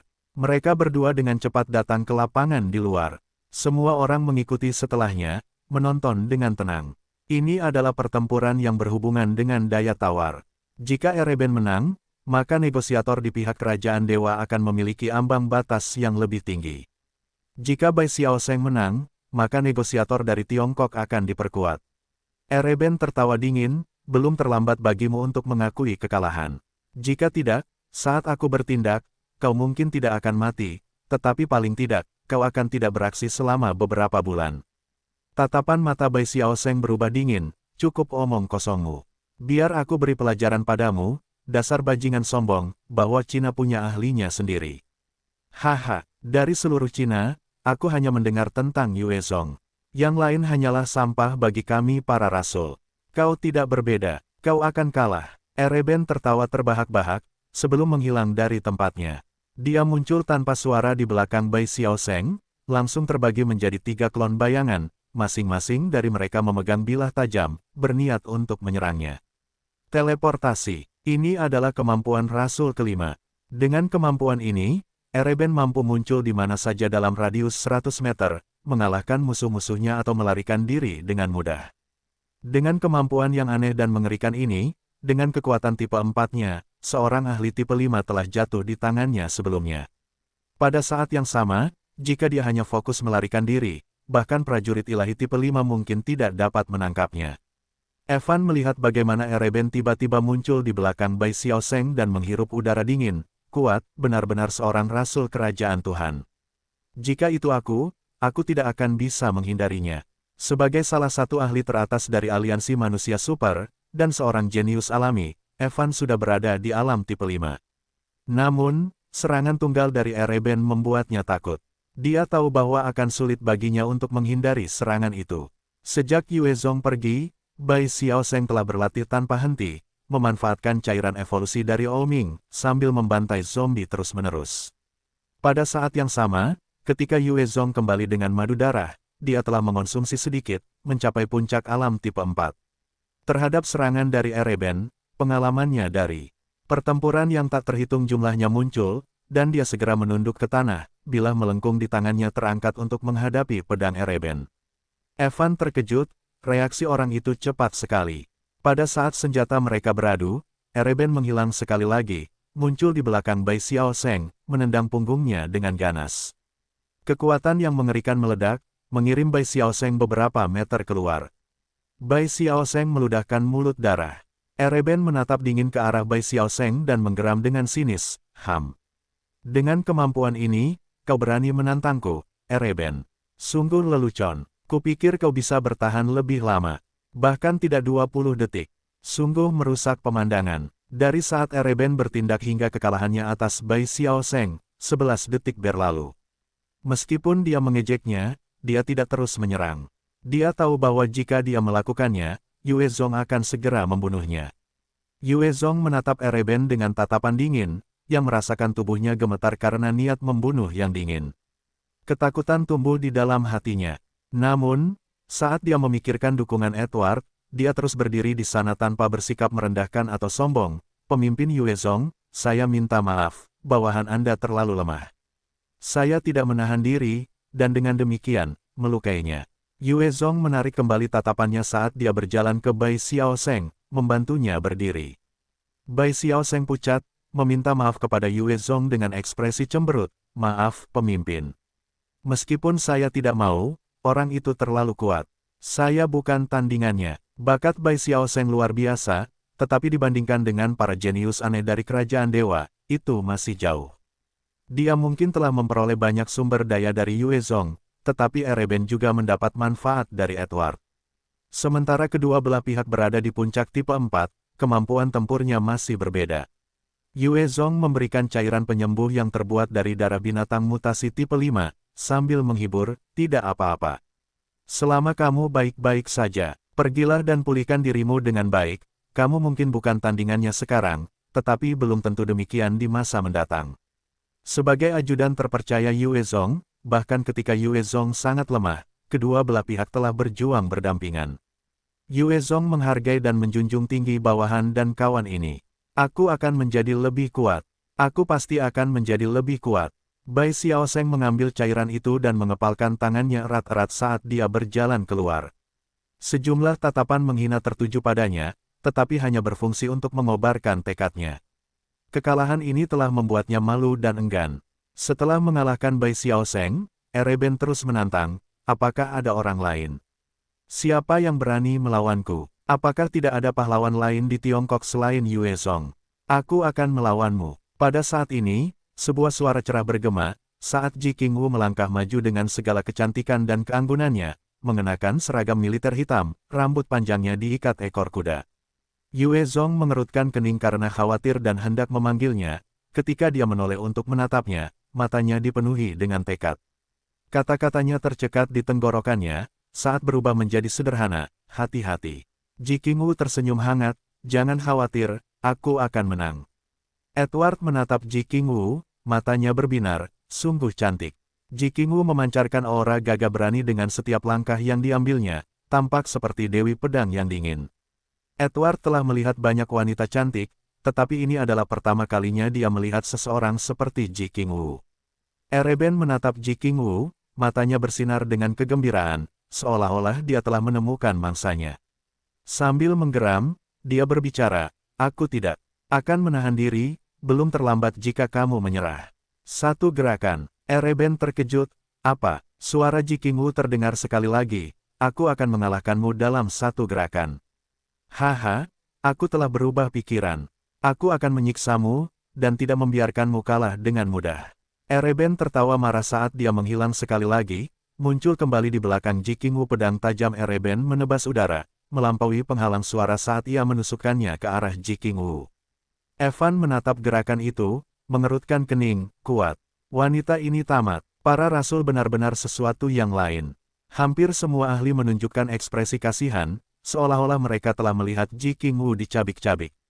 Wajah Yuezong tenggelam saat matanya memancarkan niat membunuh, dan niat itu terpancar keluar darinya. Di sekelilingnya, para rasul dan prajurit manusia super semuanya merasakan dada mereka menyempit, seolah-olah ada cengkeraman kuat di leher mereka. Edward dan Leo juga mengerutkan kening, melepaskan tekanan mereka sendiri untuk menyeimbangkan niat membunuh Yuezong, menstabilkan bawahan mereka sendiri. Di lapangan, Ji Qingwu tetap tenang, seolah-olah dia tidak merasakan gerakan Ereben. Pada saat dia hendak menyerang Ji Qingwu, dia memutar tubuhnya, dan pedang panjang di tangannya menghilang. Itu berubah menjadi kilatan mendalam yang menyerang dada Ereben.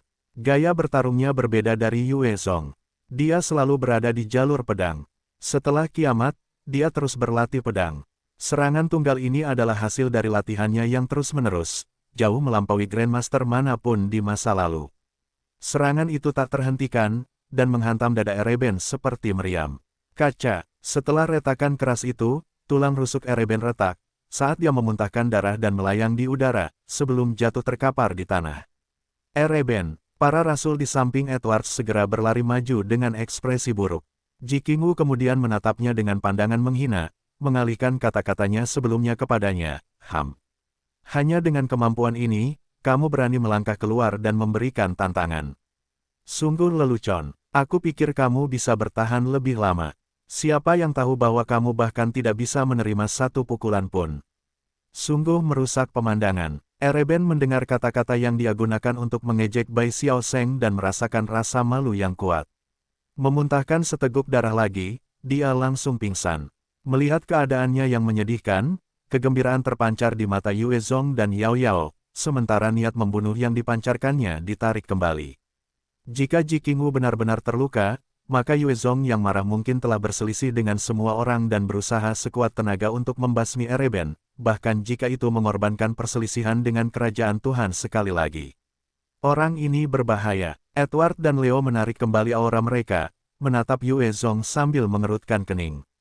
Seorang pemuda lain melangkah maju, mengenakan seragam militer. Tingginya 2 meter, dan rambut pirangnya pendek. Dia berbicara dengan dingin, Ji Qingwu dari Tiongkok. Aku akan mengingatmu, aku Erik, Rasul ketiga dari Kerajaan Tuhan. Aku menantangmu sekarang. Yue Zong mendengar Erik dan mengerutkan kening, sebelum membalikkan tangannya dan melemparkan armor tipe 4 yang ditingkatkan ke arah Ji Qingwu. Qingwu, gunakan ini. Setelah mencapai alam tipe 6, indera Yue Zong sangat akurat, mengambil informasi dari entitas lain yang lebih rendah dari alam tipe 6, selama mereka tidak menggunakan keterampilan atau harta apapun untuk menutupi diri mereka sendiri. Rasul ketiga Erik ini adalah ahli yang mengerikan di alam tipe 5 awal. Tanpa peralatan apapun, Ji Qingwu bukanlah tandingannya. Bagaimanapun, para ahli kerajaan dewa semuanya berpengalaman. Dan bukan orang-orang yang mengandalkan harta untuk mencapai level mereka. Ji Qingwu mengenakan armor tipe 4 yang ditingkatkan, saat nukleus tipe 4 di belakangnya bersinar, dan mengirimkan gelombang energi yang kuat ke dalam dirinya, mendorong kekuatannya ke alam tipe 5. Erik menatapnya dan mendengus dingin, tipe 5.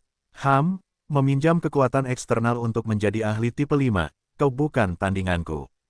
Aku akan mengalahkanmu dalam waktu semenit. Mata Ji Qingwu menyipit, ayo. Kau akan kalah. Ekspresi Erik berubah menjadi ganas, saat ia mengulurkan tangan untuk menangkapnya, mengaktifkan kemampuannya, vakum udara. Pada saat itu, semua udara di sekitar Ji Qingwu telah tersedot keluar, membentuk penghalang vakum yang menjebaknya. Erik memiliki kemampuan untuk memanipulasi udara di sekitarnya, membentuk bila-bila kuat untuk membantai musuh-musuhnya, atau menghilangkan udara, mencekik mereka hingga mati. Sebagai tanggapan, Ji Qingwu tidak panik, sebaliknya, menarik keluar pedang panjangnya untuk menebas, saat cahaya pedang hijau terang bersinar. Vakum itu langsung terpotong menjadi 2, hancur karena serangannya. Bagaimanapun, ia adalah seorang jenius di jalur pedang. Setelah mencapai alam tipe 5, serangannya sangat tajam, seolah-olah tidak ada yang tidak bisa ia potong.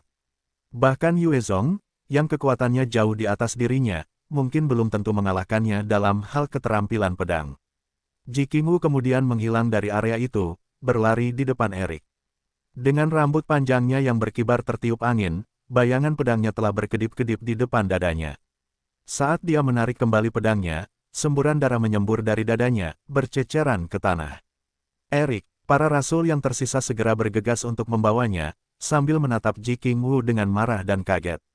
Ji Qingwu melirik Erik yang terbaring di tanah, saat dia menyarungkan kembali pedangnya, bersih dari setitik darah pun, dan berkata, bahkan belum semenit pun berlalu, dan kau telah kalah. Terlalu lemah. Setelah diejek oleh Ji Qingwu, wajah Erik menjadi pucat, saat dia juga mengikuti contoh Ereben, memuntahkan darah dan pingsan. Ji Qingwu kemudian mengalihkan tatapan dinginnya ke semua orang, suaranya terdengar dingin, siapa lagi yang berani menantangku. Tersapu oleh tatapannya, para rasul menggertakkan gigi mereka, menatapnya dengan penuh kebencian, tidak berani melangkah maju. Bahkan rasul ketiga telah dikalahkan olehnya, mereka tidak yakin untuk melawannya. Melihat moral mereka menurun, Edward mengerutkan kening dalam-dalam. Sebagai ahli tipe 6, dia bisa melihat inti dari pertarungan di antara mereka berdua. Dari segi kekuatan, sudah pasti Erik yang lebih kuat. Jika mereka menjauh, dan Erik diberi kesempatan untuk mengeksekusi kemampuannya, mencegah Ji Qingwu mendekat, maka akan mungkin untuk mengalahkannya. Namun, dalam jarak sedekat itu, dia bukan tandingan pedang tajamnya. Rasul ketiga Erik dikalahkan. Tidak bisa dipercaya, dia dikalahkan oleh wanita itu. Petik 2. Suara diskusi pecah. Erik adalah seorang ahli yang bisa menghadapi 10.000 zombie sekaligus, namun, dia kalah dari Ji Qingwu ini. Mereka semua dipenuhi dengan ketidakpercayaan. Moral pihak kerajaan dewa semakin jatuh. Leo tertawa kecil dan melangkah maju untuk menghentikan semuanya. Kita akhiri saja di sini. Musuh kita adalah para zombie dan klan Sein, bukan diri kita sendiri. Aku sarankan kita semua pergi untuk membasmi zombie di Mins, dan menentukan pembagiannya melalui hasilnya, bagaimana? Ilmu pedang Ji Qingwu luar biasa, di panggung kecil ini, kecuali melawan Edward, atau ahli tipe 5 puncak, tidak ada yang bisa menandinginya. Leo tidak ingin melihat kubu Yue Zong mendapatkan terlalu banyak momentum. Edward juga setuju setelah mempertimbangkan. Sebentar, baiklah, aku setuju. Mins memiliki total 1,5 juta zombie. Kita bisa menggunakan hasil pembersihan zombie besok untuk menentukan wilayah kita. Yue Zong juga menjawab dengan mudah, tentu. Pada akhirnya, tidak peduli seberapa manis kata-kata itu terdengar, itu semua bermuara pada kekuatan. Gerombolan zombie yang kuatnya 1,5 juta akan menjadi ujian yang sempurna bagi setiap faksi untuk menunjukkan kekuatan mereka, serta hak untuk memiliki lebih banyak wilayah. Mendengar ini, semua orang berpisah untuk beristirahat. Keesokan paginya, ketiga pasukan itu keluar dari Mins. 100 prajurit elit Kingdom of God duduk di kendaraan mereka dan menyerbu langsung ke Mins. Setelah mendengar suara tembakan yang keras, mereka dengan cepat kembali keluar. Di tangan mereka, ada kantong berisi darah binatang mutasi dan darah manusia, yang berceceran di tanah. Tak lama kemudian, para zombie di Mins mencium aroma darah dan menyerbu keluar. 100 prajurit elit Kingdom of God menghunus senjata mereka dan terus memancing gerombolan zombie keluar. Saat mereka berada sekitar 100 meter di luar kota, persenjataan berat dari Kingdom of God menampakkan diri, menghujani gerombolan zombie dengan bahan peledak dan peluru. Mendengar ledakan yang menderu, sisa zombie di Mins akhirnya berkumpul bersama dan berhamburan keluar dengan panik. Di langit, para zombie bersayap daging juga terbang tinggi dan menyerang. Melihat gelombang musuh yang bergulung-gulung, Edward tertawa pelan, kalau begitu, mari kita mulai. Leo segera memerintahkan, oke, lakukan,